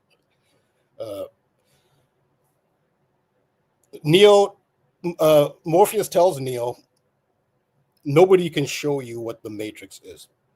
You have to see it for yourself. And I am seeing it, and I am seeing some very astonishing things, and sometimes when you learn, you get revelations about certain things. It just leads to more questions. So yeah, I mean, I can't get in their heads. I can't say who they are for certain, but I take it as a compliment. And he talked about the energy. It has something to do with the energies at the heart of it. And there's certain energies I guess they are threatened by. That's just not me saying it. I'm going by their reaction. And I can speculate. Who are they? I believe they're from lower dimensions who have pretty much, significant amount of influence, not absolute influence, but significant amount of influence in this realm. What about you, AJ? What do you think? Pass the ball to me. It kind of goes back to what I was saying with Adam earlier, that there was a time where I really thought that anybody who made it to the big show was in the know. But quickly after, Adam and I having offline conversations with current or former professional athletes who had more questions for us than we had for them even, it kind of answered my question for me. And then it really kind of made a lot of sense in the idea that to think that every single, out of 500 players in the NBA, just using a round number, or I have no idea how many professional soccer players there are in European football, to think that every single one of them are in the know and they're, every step is calculated, that's really hard to wrap my head around. But when you talk about kind of the A-listers, in Hollywood and sports, politics, like the really high ones, the LeBron James, the Lionel Messis, et cetera, those people know, in my opinion. It's just my opinion. It's just my hunch. I think they know what's going on. But then as you get farther down the ranks, Adam was talking about ranks earlier, in any society, right? You could be a Freemason technically, but most people are on the bottom ranks. They don't know what's going on high above. So that's kind of my take on it, is that I like that take, yeah. Let's just talk about this quick code, like how this is being done. Let's just compare Pope Francis and Tom Brady, right? Okay. So the Pope was born in 1936. Brady was born in 1977. They shouldn't be connected the way that I've connected them. So Brady grew up in a Catholic household, all right? San Mateo, just outside of San Francisco, where the Church of Satan was founded. All right? San Francisco, Papa Francisco, Pope Francis. So things like this, it's like, there's no way the occult have just found this Tom Brady guy and connected him with Pope Francis. Do you know what I mean? And Pope Francis was born 1217 on Saturnalia. And 1217 is the 199th prime number. And he was the 199th pick, was Tom Brady, right? Which is the 46th prime. Yeah. And he retired 46 days after the Pope's birthday. We retired, didn't he, on Black History Month? The guy who was 7-3 in Super Bowls retired on 2-1. 73, the 21st prime. That's why Queen Elizabeth was married 73 years. She got married at age 21. The list goes on. Jota died on 7-3. Liverpool can get the 21st league title, right? So you got Pope Francis born on Saturnalia, and you've got Tom Brady winning 7 rings like Saturn. So now I could go on. I don't need to keep going on with Brady and Pope Francis. But my point is this: how? Like who and how? Why connect Tom Brady with Pope? Are they related? What happened if Pope Francis died in the early 2000s, never became the Pope? Do you know what I mean? When people say that they're writing these scripts out, they're not in control. Like, all 3 of us could die tomorrow. Do you know what I mean? Like, you can have your plan as much as you want in this life, but death is part of this life. And you can do your 10-year plan, your 80-year plan, like all of this stuff. But the reality is we could all die today. All of us could finish today. So I look at all of this and I see these connections, And perhaps we are being used to an extent, some of us. Like, remember, for me, this world, obviously Satan is the god of it in the scriptures, but the Almighty God created the heavens and the earth. And there's examples in the scriptures where you're like, was that the will of man or the will of God in the scriptures? Did Moses really want to part the Red Sea? Or was it the will of God? Did David really have the power and strength to defeat the Goliath? Or was that through the will of God? Did Moses truly want to release the Israelites from Pharaoh? Or was it the will of God? So perhaps people are doing the will of Satan because they turn themselves over to these demonic deities. I do believe, if you think about this, Rambo, pro sports in general are a game of what? Possession. They're a game of possession. And I don't take that lightly when it comes to demonic possession. You hear about MJ, Ronaldo, Messi, they always say they're out of this world. They're not from this planet. All right? Soft disclaimers like that we just take lightly. But when you watch what they're able to do, I believe, have you seen Space Jam? Space Jam, ultimately, it's like they've reversed it. In Space Jam, demons possess the NBA players, but ultimately they take the talent from the NBA players. Whereas I believe it's the other way around, that these demons who have great abilities and great power and they don't feel pain and they love fame and they love to be worshipped, I believe that they are the ones who are possessing Michael Jordan, who couldn't get in his high school team. There's lots of examples. Messi wasn't even the best player at his academy. I'm sure you know that. He wasn't even the best player at Barcelona's academy. Goes on to be the greatest of all time. When he won the Copa America, he said God told him he was going to win it. I'm sorry, but no, he didn't. God doesn't care who wins the Copa America. Crystal Palace just did it, Rambo. They were saying that we're all Christians, so that's why when we won the FA Cup. Why didn't you win the Premier League? Do you know what I mean? Like, they're implying that by believing in God, that God's going to reward you in the flesh in this fallen earth. And I think that's deceptive. So that's my take on it. This, like, the work Rambo does is absolutely unbelievable. He's probably the smartest guy I know. And every time I listen to him, I learn something, and I want to learn more about the astrology and all of that, because I'm not well versed on it. But I believe ultimately for this to play out the way it does every single day in every sport or every field, there's a spiritual wickedness at play. Like the Bible says, in the final days is going to be like the second days of Noah. Muhammad just overtook Noah as the most popular name in England. Muhammad Salah, the Egyptian king, which goes back to the Old Testament, he was the leading goal scorer last year in the Premier League. The best two strikers are number 9, Haaland, the Beast, and number 11, Salah, 9-11. We keep seeing the 9-11, which I think is Revelation 9-11 and Abaddon, ultimately. Like with the event of 9/11, we see all of the 11s. Like, again, we have to ask who's orchestrating it. So it's in New York, the 11th state. We know all of this from Zach from 5 years ago. The Twin Towers look like an 11. Came down exactly 11 years after George Bush Sr.'s New World Order speech. Flight 11 was involved. So we see all these 11s, and buildings 1, 2, and 7 came down. The 31st prime, which is the 11th prime. And you see all of this, and it's like, in reality, people say it was an insurance scam, this didn't need planes, did it? It didn't need all of that. It didn't need to get involved. Some people say, well, it's because they wanted to start a war and go to war with Afghanistan. It's not difficult if a nation like the US wanted to go to war with Afghanistan. Do you know what I mean?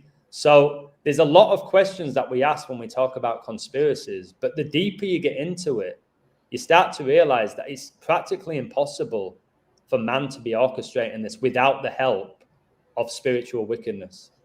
They're not smart enough. We ain't that great, man. Do you know what I mean? We're not smart enough to do all of this. And I believe there are people in the occult that do study magic. Like, why they're called A-listers? Because it's named after Aleister Crowley, who studied ceremonial magic. He said he wanted to be the beast 666. Why? Why did he want to be the beast? Why did he want to work for Satan? Why do these celebrities honor Satan through their symbolism? Do you know what I mean? Like, we can't dismiss. Why is Little Nas X giving a lap dance to Satan? Why have we got songs like Sympathy for the Devil, okay, or Highway to Hell? Why is Jesus Christ constantly mocked and ridiculed in the mainstream media? It's questions we have to ask, whether you believe in the scriptures or not. I'll never force them upon anybody. Speaking about Noah, you'll like this one. Chelsea, remember the beast rises out of the sea? In 2024, Chelsea beat FC Noah 8-0. When God flooded the earth, he saved 8 people. Chelsea's captain's number 8. The all-time leading goal scorer is number 8, Frank Lampard. So you look at this and you go, wait, did man just put Chelsea up against FC Noah to do an 8 ritual connected to the Bible and Genesis? Why? What's the purpose of that? And that's why Chelsea win that tournament, why they won that tournament. It was all a huge biblical ritual, why they just won that tournament in the US. Literally, Chelsea rises out of the sea, guys. So that's my take on it. Like, Rambo's got this crazy gifted mind from God. He's an absolute genius. Everybody knows that. But for me, to believe that man is orchestrating all of this, I don't believe it's possible. Like, or if they're like their deaths, like the Queen's death. People say, did she die? Are they cloning them? Why? Why not just let her die? Do you know what I mean, Rambo? Why not just let her die in her old age? Why did she die at 96? Why was a Platinum Jubilee 96 hours? Why did England host Euro 96? Why is she so connected to 4? Why was a Platinum Jubilee 4 days? Why did she have 4 children? Why is the United Kingdom made up of 4 nations? Why is the dialing code +44 in the UK? What is all these 4s? I think it's the 4 horsemen. I don't think anybody's found a better alternative to that, to it being about the scriptures. You've done amazing codes on horse racing. And I think Balll Don't Lie has done a few as well. That's super connected to the royal family. The royal family connected to horses. Elizabeth's last photo alive, she was stood between horses wearing green. She had a green dress on, the 4th horseman death, and she died. The 9-8, Messi won the World Cup. When he won it, he ended the tournament with 98 international goals. The Queen died on Bruno Fernandez's birthday. Like, 28th birthday, the 7th triangular number, 28-7, Ronaldo's jersey numbers. He began with Sporting Lisbon, 28. And then he got number 7 with the Red Devils. 28-7 is when World War I began. It's Harry Kane's birthday. It's when the Bundesliga were founded, where he's playing now. England's captain is dominating Germany. And it's like, does Harry Kane know that Cain killed his brother Abel in the Bible, the sons of Adam and Eve? And it's like, how can they all know this? Jude Bellingham. Jude is the penultimate book of the Bible. His brother's called Job. The book of Job is in the Bible about overcoming adversity. And it's just like, either these script writers are scripting everything revolved around the Bible, or there's a higher power at force, and perhaps God has the scriptures, which is his word in the Bible, and perhaps Satan has the power, being the God of this world, to script the movies. You have movie scripts. To script the news, to script the professional sports. Because everyone tells me, it's like, well, God's allowing this. It's like, yeah, but God hates idolatry. What's professional sports at the highest level? It is idol worship. I was one of those fans. It's idolatry at the highest level. So yeah, spiritual wickedness is the thing that makes the most sense. And then we go from there to try and understand what is being revealed to us. Because by doing this code, how many times have us 3 predicted the future? It's astronomical, because they give us signs in movies, in music. But my own parents have told me you're doing the devil's work. No. So that's what they tell me. You know what I mean? But I would very much like to hear Rambo's. Yeah. You know, I gave my input, and I did say that they're lower dimensional. Of course, it's spiritual. I'm experiencing it every day. It's not hypothetical. I'm not getting this from videos.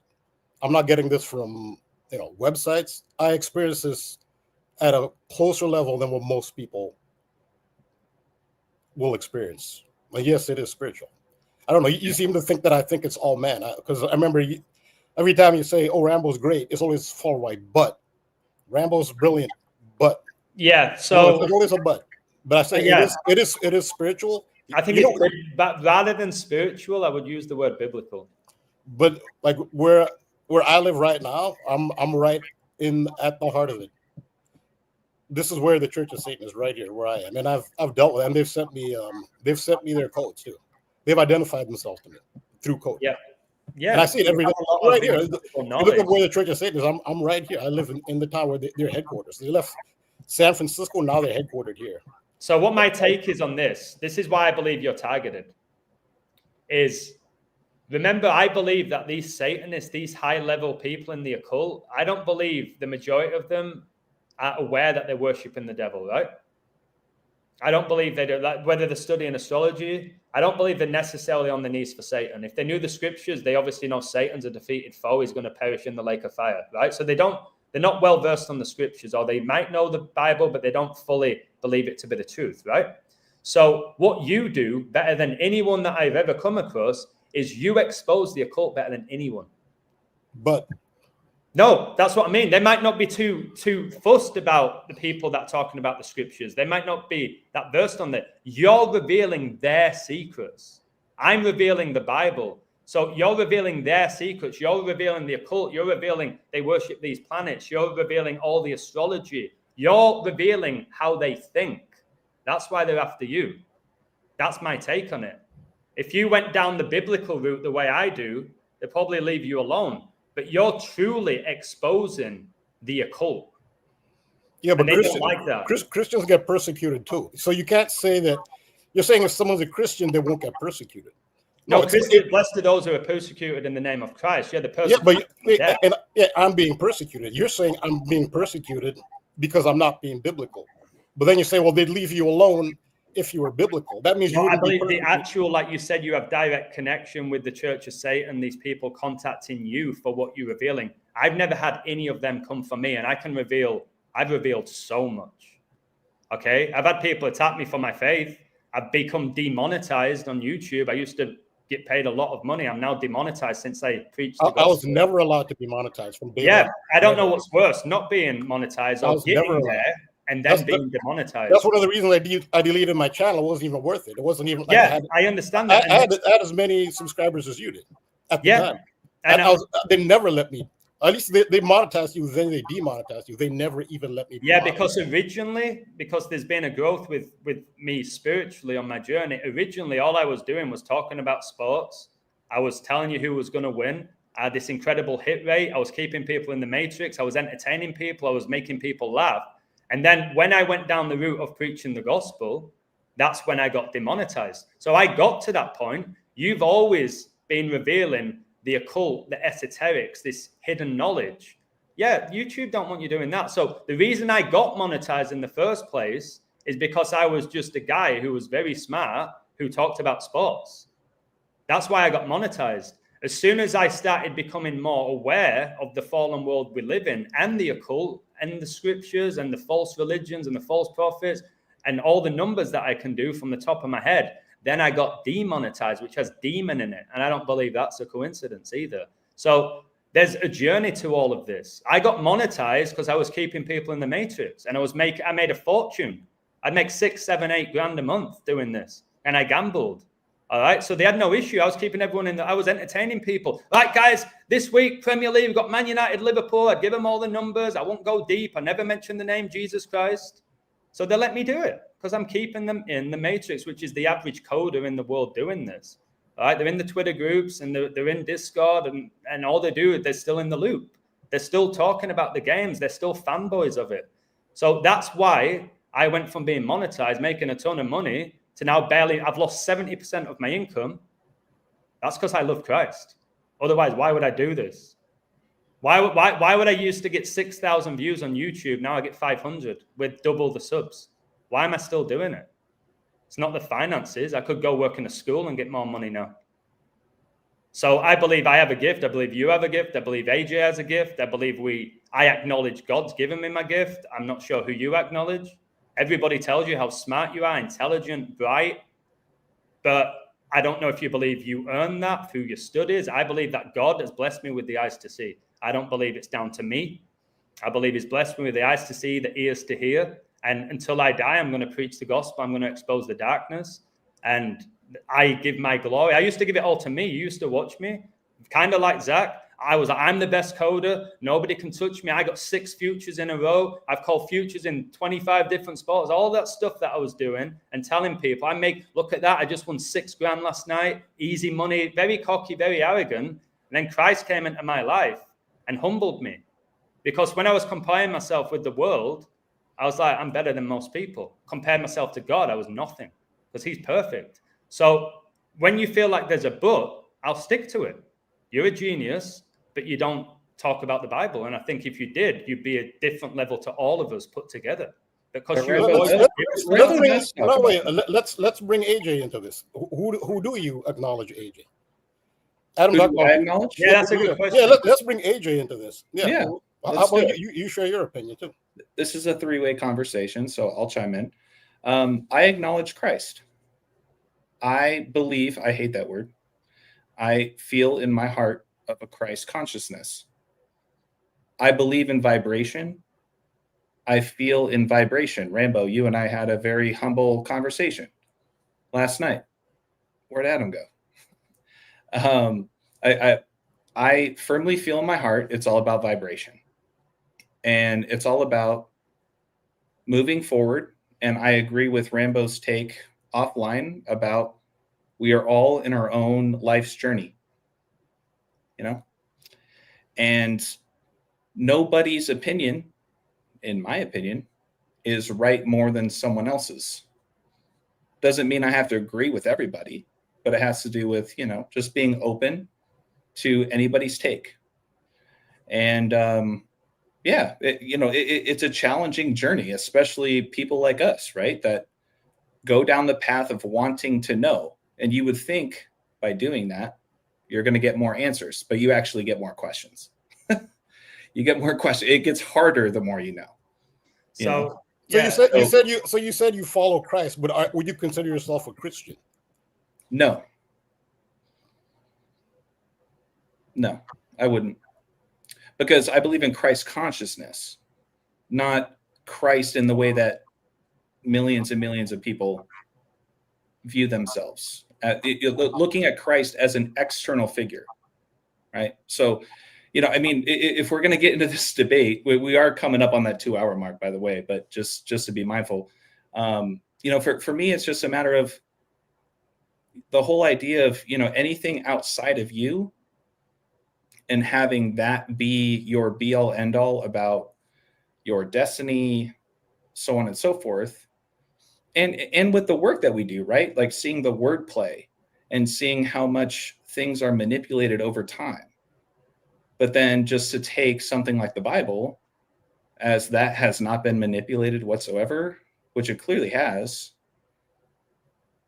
poses a lot of questions, So all we're all here doing is posing questions, So appreciate you. Thank you for sharing that. So for my take, so AJ, you know me before I was saved, okay? You knew me before I was a Christian, before I gave my life to Christ, yeah? You knew me 2020. I got baptized 2023. Yeah. So I was an atheist. I denied a creator. I was my own God. The scriptures say in Luke 9:23, and he said to them all, if any man will come after me, let him deny himself and take up his cross daily and follow me. So now I'm following Christ. I'm not following after the world. I'm not following after my dreams. Okay. I know the fragility of life, the fragility of the economy, the fragility of relationships, the fragility of health. I know tomorrow is not guaranteed. Biblically, judgment is. So the Christ consciousness that we are Christ, the Bible actually tells you to die to self. Jesus Christ, biblically, I'm talking from the Bible, Jesus Christ is the only person to ever walk this earth who lived a perfect life. But that wasn't also his name, though. But Adam, that wasn't even his original name. That's kind of the beginning where I started to really question, like, well, his name wasn't Jesus, and gematria and the stuff that we, the tools that we use to look into other things existed even before the Bible was written in the English translation. You know what I mean? That, like, I'm not trying to be combative. I'm just saying, like it's challenging to take in those kinds of things. Christ goes by many names. King of Jesus Kings, and Lord of Lucifer, Lords, Alpha and perfect Omega, overlap in two of the Savior, four base Almighty. ciphers. So he goes by many names, right? I wouldn't risk your eternal life through the name Jesus Christ. There's Yahweh, Yeshua. Depends what language. Is it Hebrew? Is it Greek? It depends where you want to go with that. But again, there's biblical, historical, archaeological evidence that Jesus Christ walked the earth. There's evidence that he was crucified. There's evidence that he rose from the dead. Okay, they were talking about him. The Romans wrote about him, even though they didn't believe him to be the Messiah. Okay, whilst he was walking the earth, they prophesied Jesus in Isaiah to become the Almighty and that he would become the Savior of the world. So again, when it comes to the Bible, when you study it as well, when you actually look at the scriptures and you see what's playing out right now, right? This book, as you know, 2,000 years old, right? It says in 2 Timothy 3 verses 2 through 4, it says, tell me if this is not the world right now, more than ever. For men shall be lovers of their own selves, covetous, boasters, proud, blasphemers, disobedient to parents, unthankful, unholy, without natural affection, truce breakers, false accusers, incontinent, fierce despisers of those that are good, traitors, heedy, high-minded, lovers of pleasures more than lovers of God. And that's one of the biggest issues with society. They love pleasure more than they love God. They forgot about who created them. They worship the creation. They deny the creator. There's all these other false gods, which Satan's behind, who's the God of this age. There's one true God. Worship no other God but me. Okay? And for me, what I will say to you guys, because remember, I love you both. I respect you. Okay? When it comes down to it, there's questions to be had. Why are you here? Who created you? What happens when you die? Okay? The Bible has answers to all of these deep questions. But it goes back to the question, Adam. It goes back to the question of why are we taking the Bible so literally when we know that so many texts have been manipulated over time, but we're going to give carte blanche to the Bible? We're going to just say, no, the Bible has not been touched. It has not been manipulated. You see what I'm saying? Like, no. It can get... Once again, I am not trying to argue with you. I'm just saying, like, that's the challenge.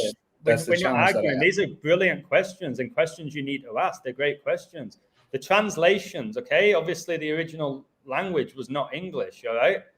So we've got Bibles with different translations. We've got different versions. But what I tell everybody about this when it comes to the Word of God, whatever version you have, whatever translation, God wins. Satan is defeated. All right. Every single Bible other than the Satanic Bible. All right. Jesus did walk the earth. Jesus did live a perfect life. Jesus did get crucified. Jesus did resurrect. It never changes.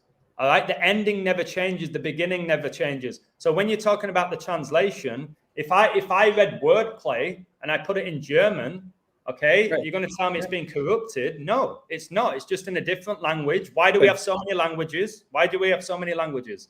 Because they created a Tower of Babel. They wanted to build their way to heaven with Nimrod, right? But even in, Adam, really quick, but even in English, in the English translation, it used to be Jesus before the letter J even existed. And guess what? If you type in Jesus and Lucifer in the base ciphers, now all of a sudden it overlaps in two of the base ciphers. Yeah, but that's concerning to me. That's concerning to me. That could be with what you talk about, I mean, and I agree, Satan is the grand deceiver. So how is that not an example? Well, Jesus is a ritual name of Yeshua, right? No, I understand. I understand that. I'm just saying, but the fact that people have the name Jesus, and I believe in Christ, okay? I'm just saying the name Jesus Yeshua, is basically all it is, brother. Yeshua from Aramaic is translated to Jesus. Right? So when he walked the earth, they were not calling him Jesus. All right? And he's God. In the beginning was the Word was with God, the Word was God, and the Word dwelt amongst us in the flesh. This is in John. And it shows how powerful the words are. That Jesus is God. That's why in the scriptures it says only God can forgive sins. Jesus forgave sins. Only God can be called Lord. Jesus returns, second coming as the Lord of Lords. Okay, he performed miracles. All of these things that he did, he rose from the dead on the third day. He accepted worship from Thomas. Thomas said, "My God, my Lord." He accepted the worship. He was crucified, all right, for blasphemy because they claimed that he was claiming to be God. So he said before Abraham was, I am. And in the Old Testament, God was referred to as I am. So basically, God, who created us, only the creator, AJ, could be the savior. So he humbled himself. The Almighty God who created us on the sixth day humbled himself in the flesh and died for our sins. And but man wrote the Bible, I guess. Yeah, through the Holy Spirit. So when Moses parted the Red Sea, was that the will of Moses, or was that God through Moses? Well, I don't necessarily look at that as a literal interpretation. I believe that what happens within the scriptures happened, like the talking snake. There was a talking snake. There was an app. That's the difference, I guess, is all I'm saying. I don't look at every single word in the Bible as literal. That's just the difference. Yeah. But we are on the same team. We are on the same team. I believe in a creator. I believe that our creator created us and we are beautiful beings. Right? But again, we're here for a reason. All those kinds of things. But when it comes to taking every single word in the Bible literally, that's where I start going a different direction. I understand because we were given brains to think critically, think intellectually. Who gave you the brain? Our creator. And who is our creator according to you? Our creator. Does he have a name? Is it the creator of the Bible? Is it? He doesn't need a name. He or she doesn't need a name. Okay, so there's a creator. If Jesus is referred to as the Alpha and Omega, which means is the beginning and the end, therefore he must be God if he's the beginning. So what I'm saying is my faith is backed up by the word of God, by the Bible, right? Whereas if you tell me, for example, there is a creator, it doesn't need a name, I don't know who it is, but there's a creator because there's a creation. Like, where's your conviction? And this is not me having a go at you because I love you like a brother. Where's your conviction? I love you too, man. Whereas with me, I'm telling you, Jesus is God. He died for my sins, is the way, the truth, and the life. He said it in his own words. Nobody comes to the Father but through me. I believe that there is a judgment impending. I believe we're in the final days. I back it up with the work that I reveal. And ultimately, Jesus said, if you're not with me, you're against me. And he also says the lukewarm believers who are somewhere in the middle, that God will spit them out on Judgment Day. But so once again, this goes back to you taking it literally, right?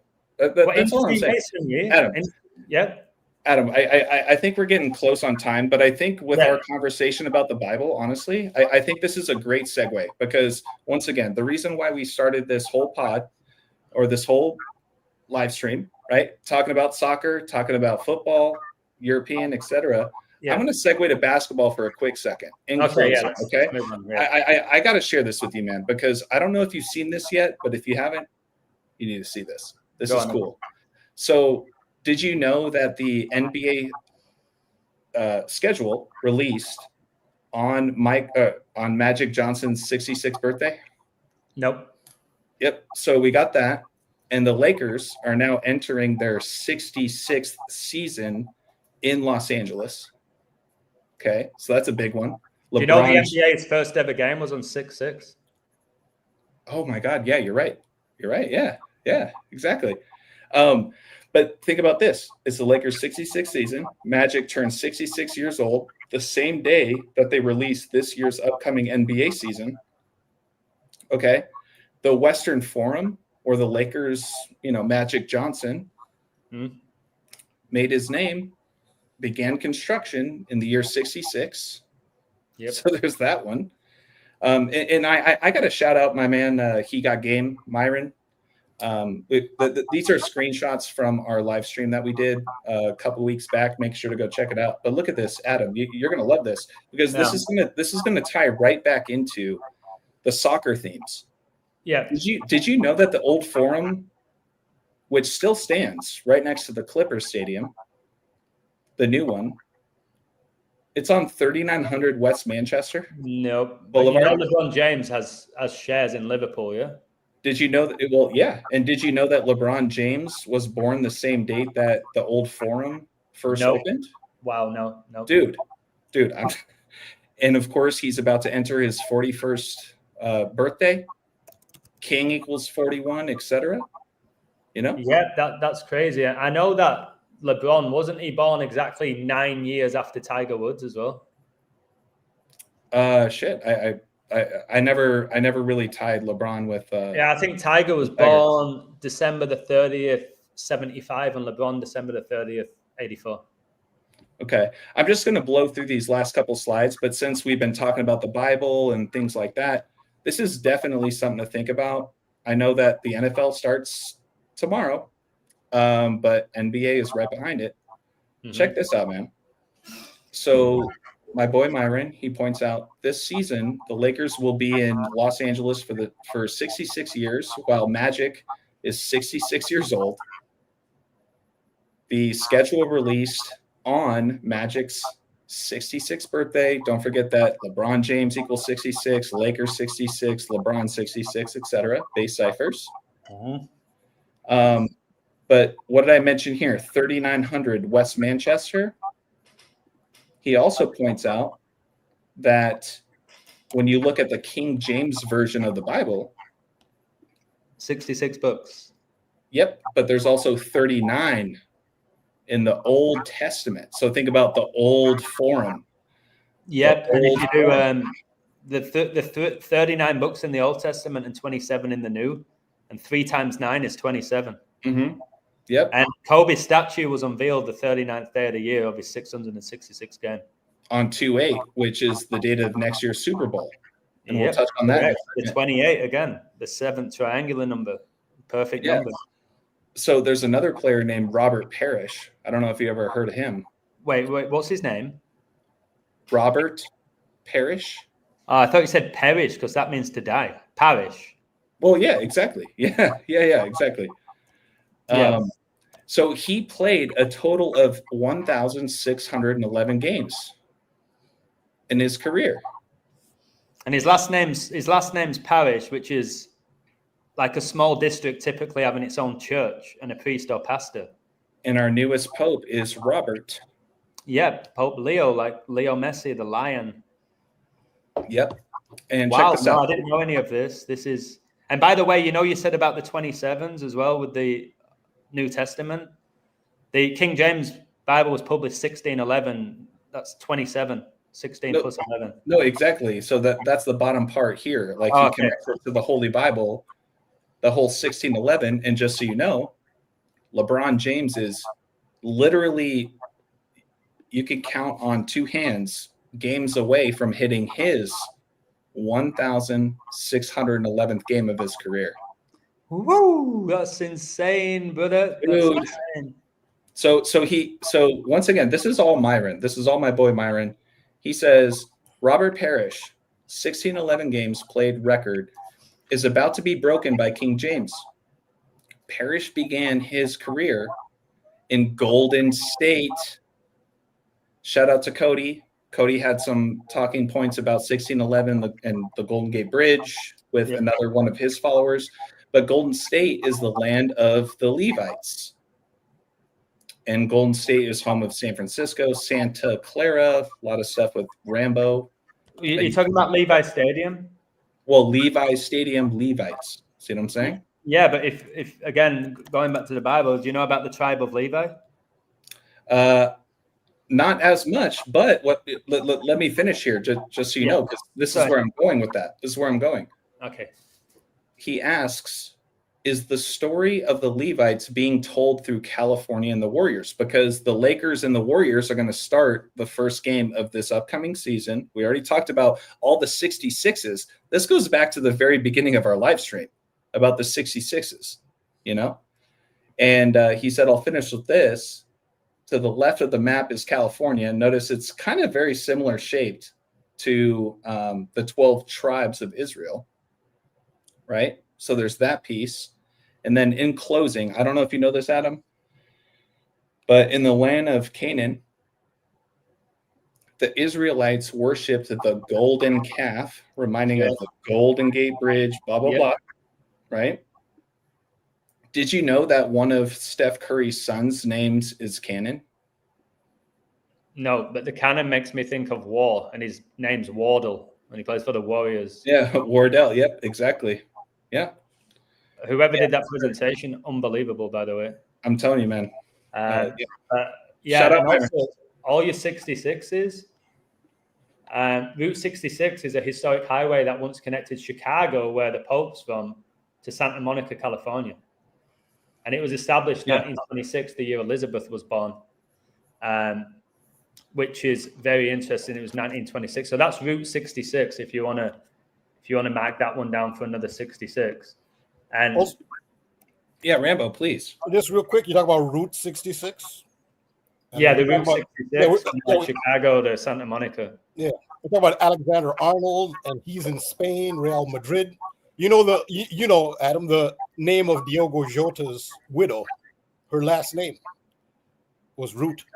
Oh my God! Yeah. Rute. So yeah, along the. That's incredible, and Jota's name was ultimately silver, wasn't it? We got the gold and silver connections. And his brother wore jersey number 30. Yeah, and Judas sold Jesus 30 pieces of silver. That's Steph Curry, 30. And there's another thing. And who's the Judas figure in as far as Liverpool fans are concerned? Trent Alexander-Arnold. Trent is figure, yeah. And what's his brother's name? What's Alexander's brother's name? Jude. Oh, that is, yeah. See what I mean? It's just no, not his brother. Sorry, his mate at Bellingham. Yeah. So not his brother, but his best friend. One of his very best friends, Jude Bellingham. Yeah, on Real Madrid. Yeah, Jude. So. Hey, Jude.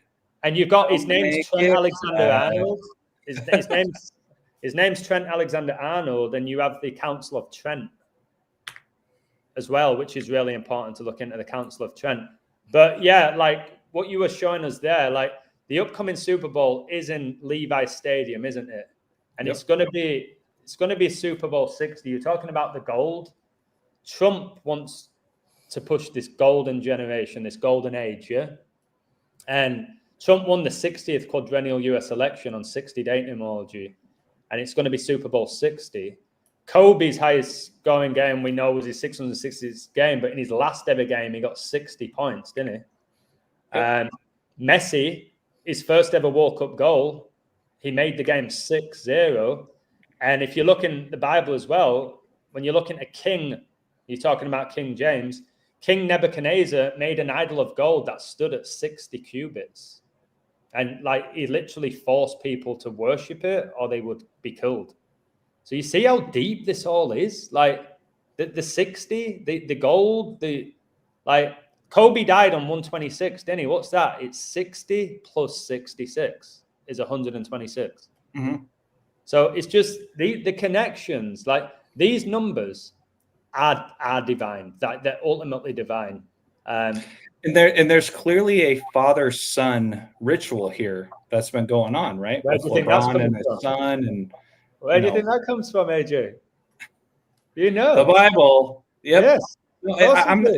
Okay, hold on. As a disclaimer, you guys, based off of anything I've said tonight, I'm not mocking the Bible. No, it's okay? not. The Bible is extremely important. Mm-hmm. I take it very seriously. There we go. I just look at it differently. Okay? I just look at it differently.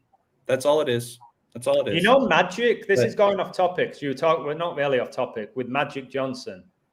Do you believe that he had HIV, AIDS? No. So who's orchestrating that lie and why? Well, yeah, it goes back to kind of the common theme, right? Like we can break this shit down all day long. Mm-hmm. And then everyone goes, wow. But why? But like Christian Eriksen had a cardiac arrest, told he'd never walk again, and then he got a move to the Red Devils, played at a World Cup. He ended up running more miles than the rest of his teammates after a cardiac arrest.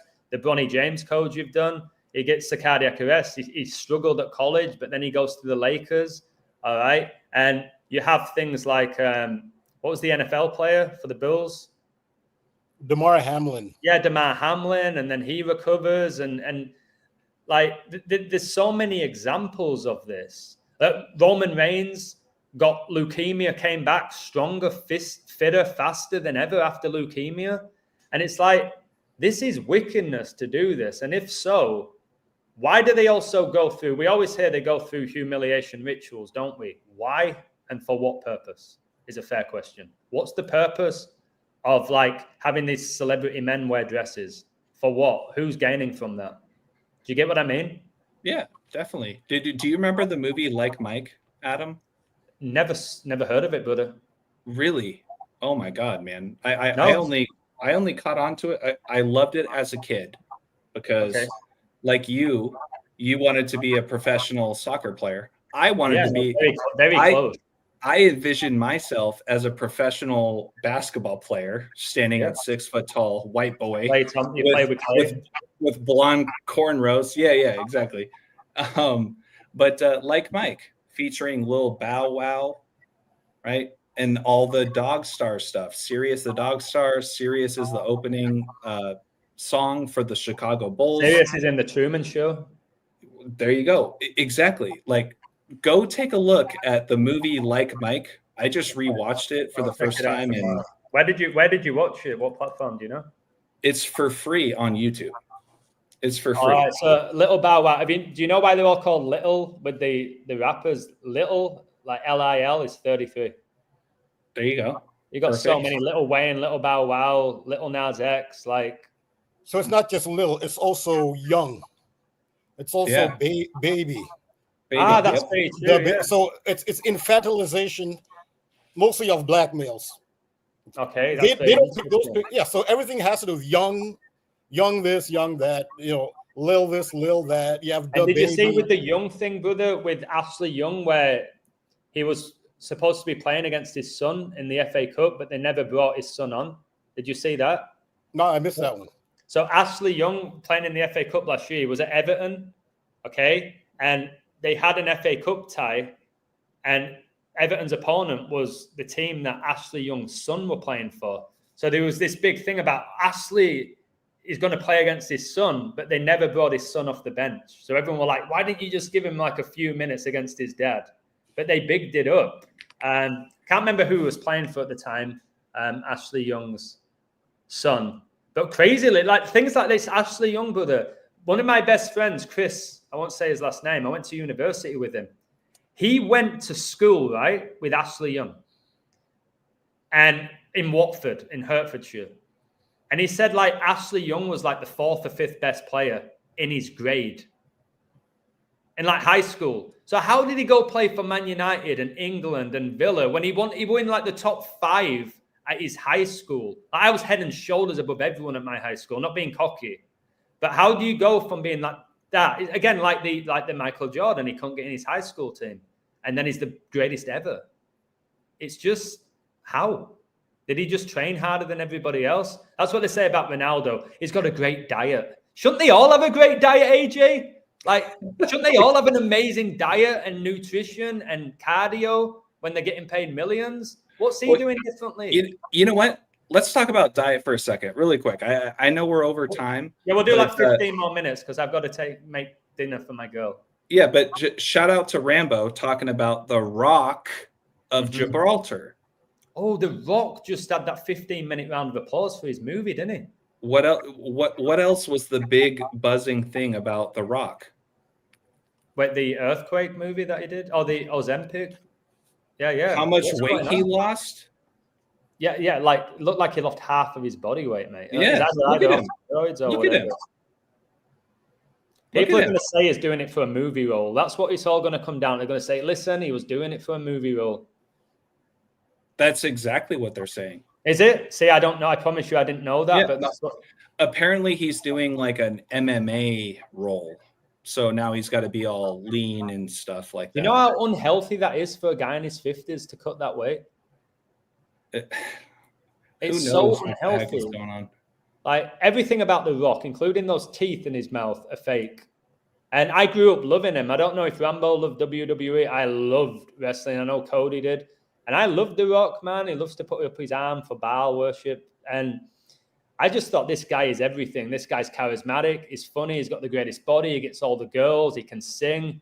Like, that. Now he can act. I was like, this guy is like, why is he so blessed? Do you know what I mean? Like, what? Hey, who gave him all those gifts? And now I kind of But hey, Rambo, really quick, shout out to Javier. He pointed out the brick wall, right? Just laughing, like, this is a simple Google search, The Rock Ozempic.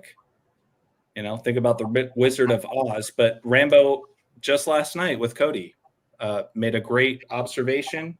Well, it's an ongoing observation about just the bricks. The Freemasonry. Look at the bricks behind him. Yes, Freemasonry. But do you know where he got the name The Rock from? The Rock of Gibraltar? Yeah, well, maybe. So his name's Dwayne, isn't it? Dwayne Johnson. But The Rock, so basically, he wanted to be a pro footballer in regards to the NFL. And his dad was a pro wrestler, like Rocky Johnson. And he wasn't quite good enough. He was good, but wasn't quite good enough. Like, he was really good at high school, and he was really, really good at college. I think he was in Miami. And then he went off to the Canadian League. He wasn't good enough. So he was thinking, what am I going to do with my life? So he hit his rock bottom, which was his finishing move in wrestling. And at the time, he said when he hit his rock bottom, he had $7 in his pocket. Right? He had $7 in his pocket. And again, in the scriptures, Jesus is referred to as the Rock. His name is the Rock, one of his many names. The rock bottom. So he said that he hit rock bottom, and he was like, I'm going to be famous. And then he became a wrestler. And like, when he first came on the scene, he got booed out of every building because Vince McMahon forced him down the throat. So like, we don't want this guy. And then he became a bad guy in the Nation of Domination. And then from then on, he took on this whole character of being like, what's he call himself? The Brahma Bull. And he just became so arrogant and cocky and egotistical. And then he rose to the top. And then he had this feud with Stone Cold Steve Austin. He was the Texas Rattlesnake, the snake. And there, that Rock Hogan is one of the most famous wrestling matches of all time.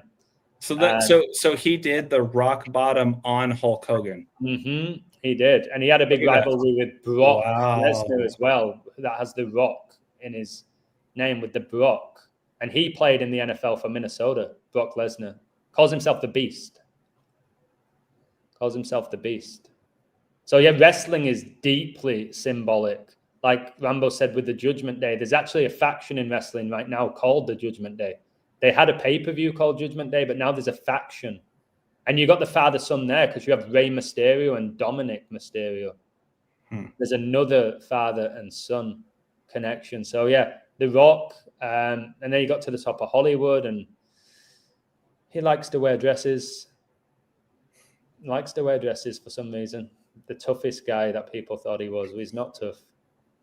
But yeah, and he's from there was this whole angle called the Bloodline with The Rock and with Roman Reigns and with the Usos, the Uso brothers. It was called the Bloodline.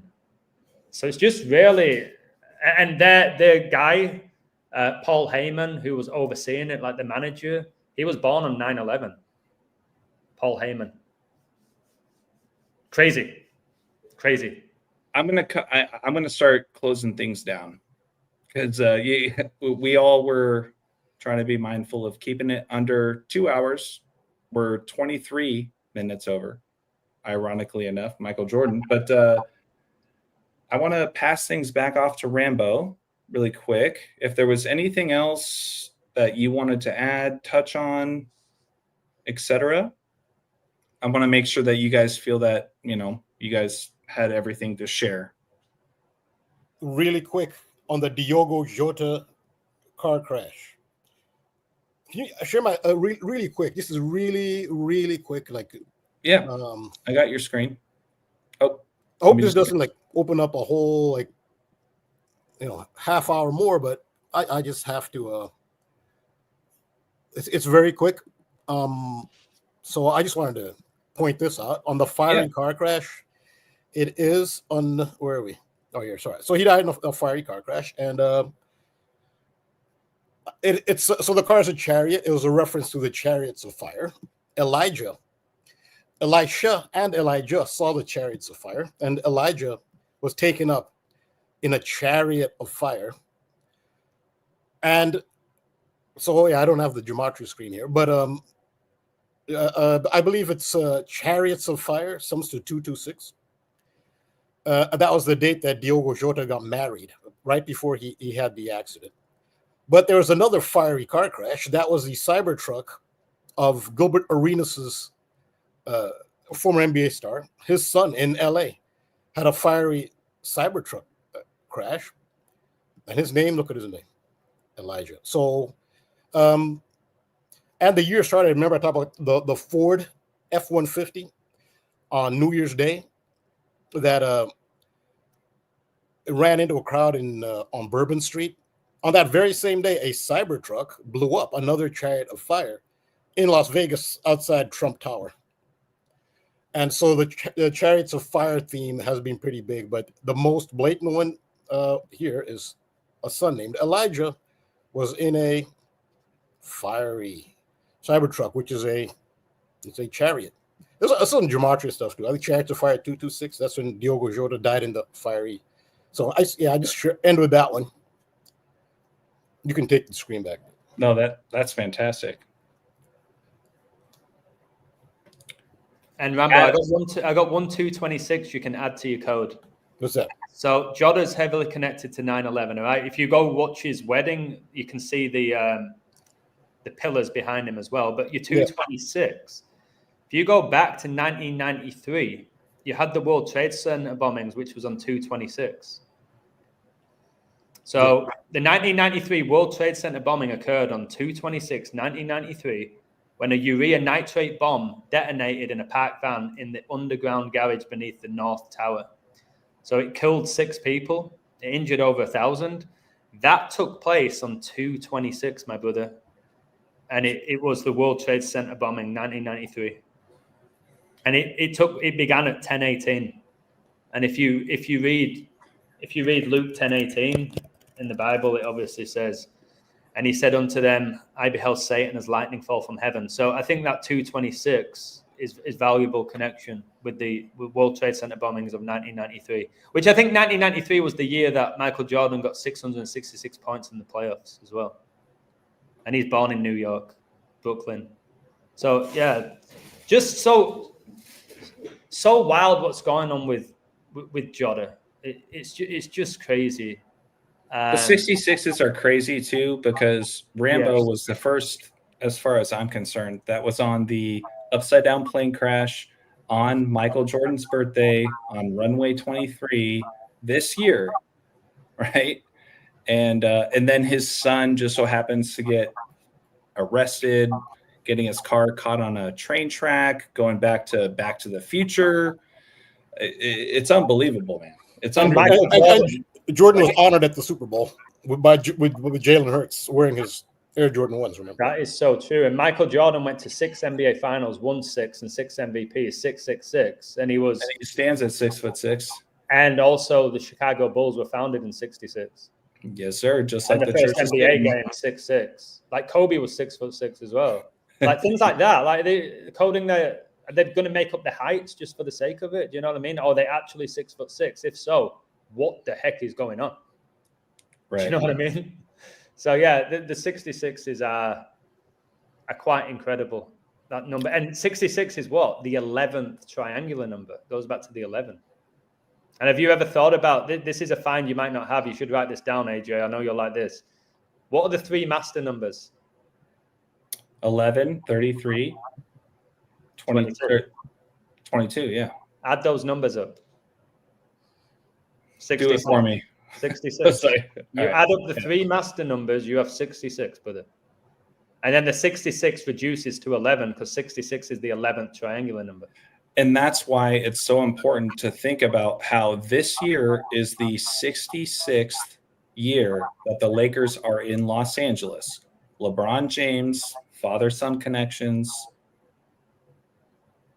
You know, I have the Thunder again. Just to let you know, I have the Thunder. I had them last year, 9 months before the season. I've got the Thunder to go back to back.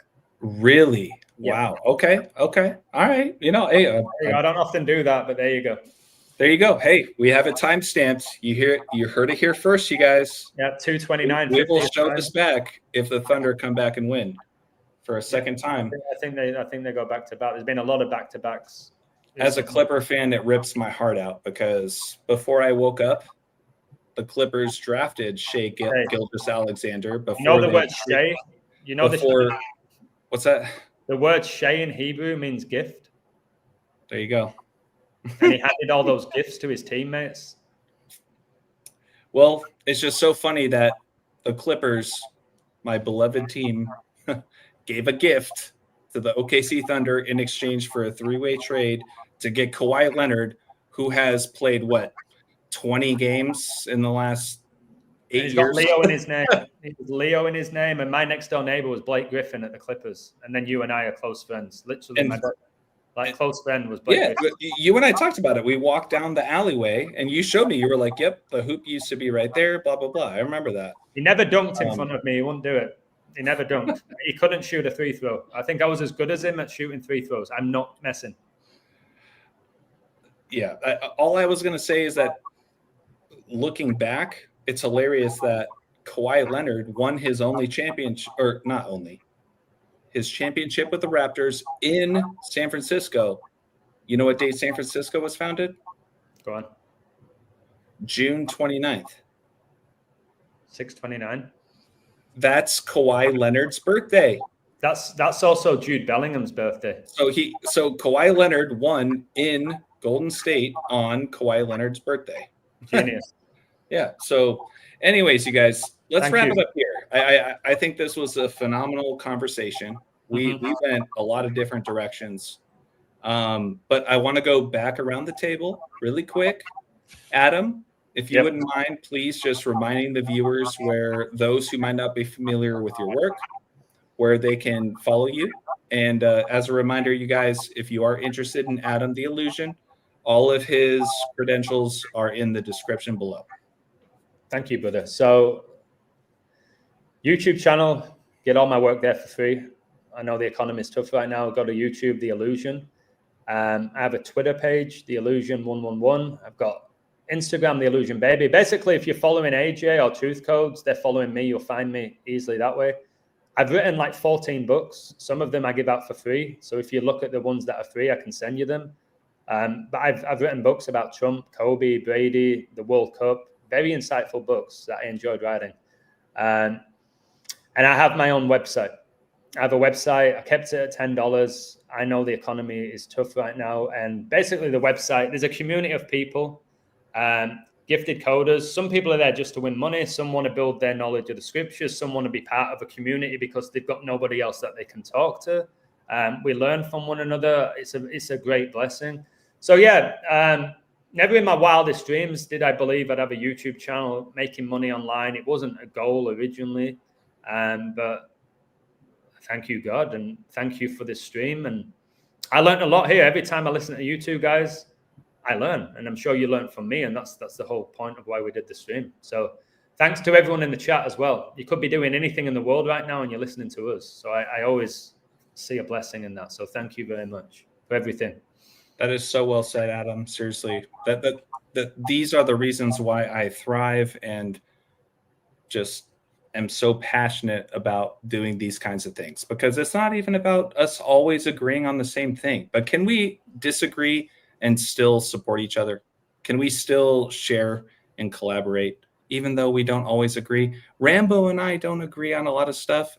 Adam, you and I don't agree on certain things. That's okay. It's okay. All right. We don't need to burn bridges. We need to build them, just like Pope Leo says, right? Let's build back better.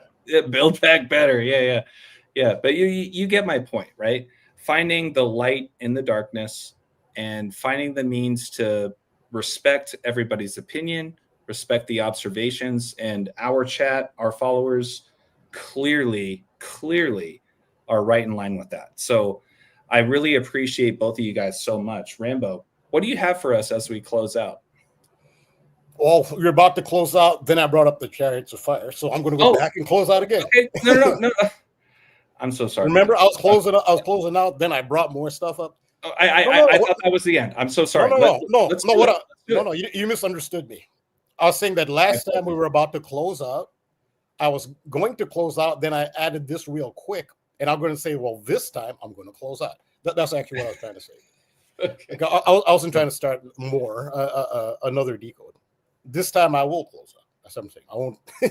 Okay. Okay, there's a misunderstanding there. All right. Well, I mean, there's always another time for sure. Yeah, I mean, thanks again. You're the one who seems able to put things together. And yeah, thanks again for, and by the, I guess from the comments that I saw, the few I saw, they really liked it and enjoyed it. And they said it was fun. Hopefully most people enjoyed it. So thanks again. Thanks, Adam, for being here. Love Rambo. Thank you, Linda. Love is the most pure love is the most powerful force in existence. How many times have I said that, right? So I really appreciate that, Linda. Thanks, Adam. Thanks, AJ. And I hope it was enjoyable for all who observed. And thank you to those who did observe. And I can be found at patreon.com/thetruthcodes and Instagram.com, although today they wouldn't let me upload. I don't know if it's a problem going forward. They blocked me from uploading. I don't know why. I mean, hopefully that'll be cleared up on Instagram. Last time I checked, they wouldn't let me upload, but it's Instagram.com/thetruthcodes and Patreon.com/thetruthcodes. I'll help Rambo out with this as well. I think I'm going to become a member of his Patreon for the $5. I went to the gas station today because there's a storm. I wanted to get some water. I got a couple of bottles of water and a few snacks. You know what I mean? When it's raining and it's a couple of snacks. $25. That's 5 months supporting Rambo, giving you information you won't find anywhere else. Straight up. Like the amount of money that you just put aside, coffee, a baguette. It's like, what the heck? That was $12. So really think about that, like what you are spending your money on, because people get hundreds of thousands in debt to go to these Ivy League colleges and come out and can't find a job. Like if you follow us three, like what, AJ, whatever it is, I'm 10, he's 5. Like genuinely, to get this level of knowledge, you won't find it in a library. You won't find it in a university. You won't find it in an online course. So that's something I wanted to say when I paid the $25 for some water and a little bit of chocolate and a bag of crisps. I was like, what? And I'm in Mexico? So yeah, just think about that. So yeah, thank you. Thank you so much for this. I would love to do it again. I hope it's not just a one-off and I'm a special guest. I'd love to do this again, because if not, I'm just going to keep listening to you both. And Cody. Cheers. I will echo Adam by saying, as I've always been saying, $5 a month, you guys, $60 a year. You guys spend more than $5 a day on things that you don't need, really. And Rambo's work is absolutely fantastic. That's not to take away from you, Adam. You're only charging $10 a month, right? So double it, get it. But, you know, do the math. Just think about how much you're spending on stuff. And we all put a lot of serious time into our research, building the codes. You know, Rambo, especially with his videos, you guys, they're incredible. And it takes a long time to put that together. So just keep all that in mind about where your dollars are going. In closing, please make sure to hit that like and subscribe, and especially the share wherever you guys see fit, right? I'm sure all of you guys have certain people in your own life that might be back and forth on certain things. Maybe they're Jordan fans, LeBron fans, Manchester United fans, soccer fans, football fans, whatever. I feel that we did a great job tonight, you guys. I had a blast having a conversation with both of you guys. And I mean, as long as you guys will have me back for a follow-up at some point, maybe halfway through the season or something, I don't know. Can I clarify something? Yes, Rambo, listen, in case anyone's confused, I don't do sports picks. I talk about sports because it's so intrinsic to the world at large and the amount of energy that it concentrates. That's why it's important. And I show the overarching ritual that involves sports. But yes, I'm not a sports pick channel, even though once in a while, I mean, I'll say stuff like, you know, Drake at the Super Bowl, or I've done some predictions and stuff, but I'm not just to clarify, I'm not a sports pick channel. And I would like, thank you. I would like to clarify this as well. I'm not just a sports coder. So that's what I built my reputation on and built a living doing it.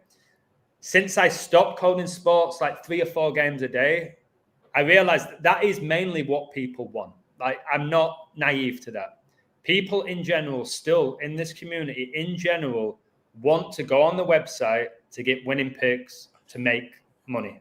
I get that. And my heart's not as much on that now. I still put out sports picks every day, but it's not my bread and butter. It's not my heart and soul. I used to spend 4 or 5 hours a day coding sports to win people money. Now I do about 30 minutes, I'll be honest. So I wanted to say that I'm not just a sports coder. I love to code everything because the whole world's connected. So yeah. Rambo might not code sports like for futures, but his sports codes are just bang on. They're more important than winning $50. Do you know what I mean? What he's teaching you. All I'm going to say is for those that are still interested in sports picks, you better sign up for Adam's website and Rambo's. I mean, you guys, that's what, $15 a month, right? I'll be the first to admit I have a Patreon. It's all about sports picks. Okay.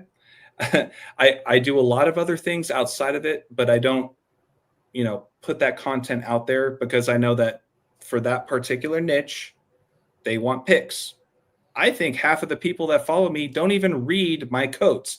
I put a lot of time into my notes, into my visuals to educate, right?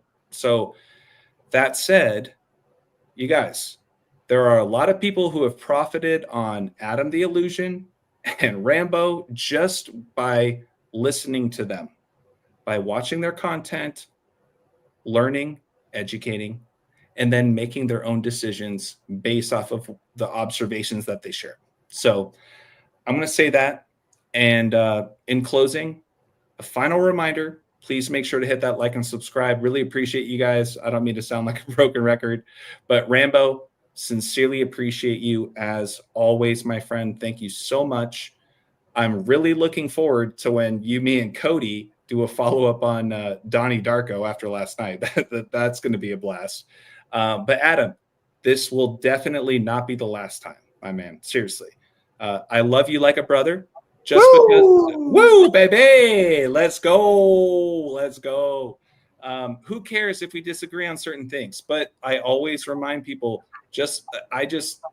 we're in the same boat. We're in the same boat, okay? Bro, we're rowing different oars. That's all that matters. Say I supported the Lakers, you supported the Clippers. We still both love basketball. Yeah. You know what I mean? Like, we don't agree on everything. That's the beauty of life. Like, we'd be absolute robots. So testing each other, learning from each other.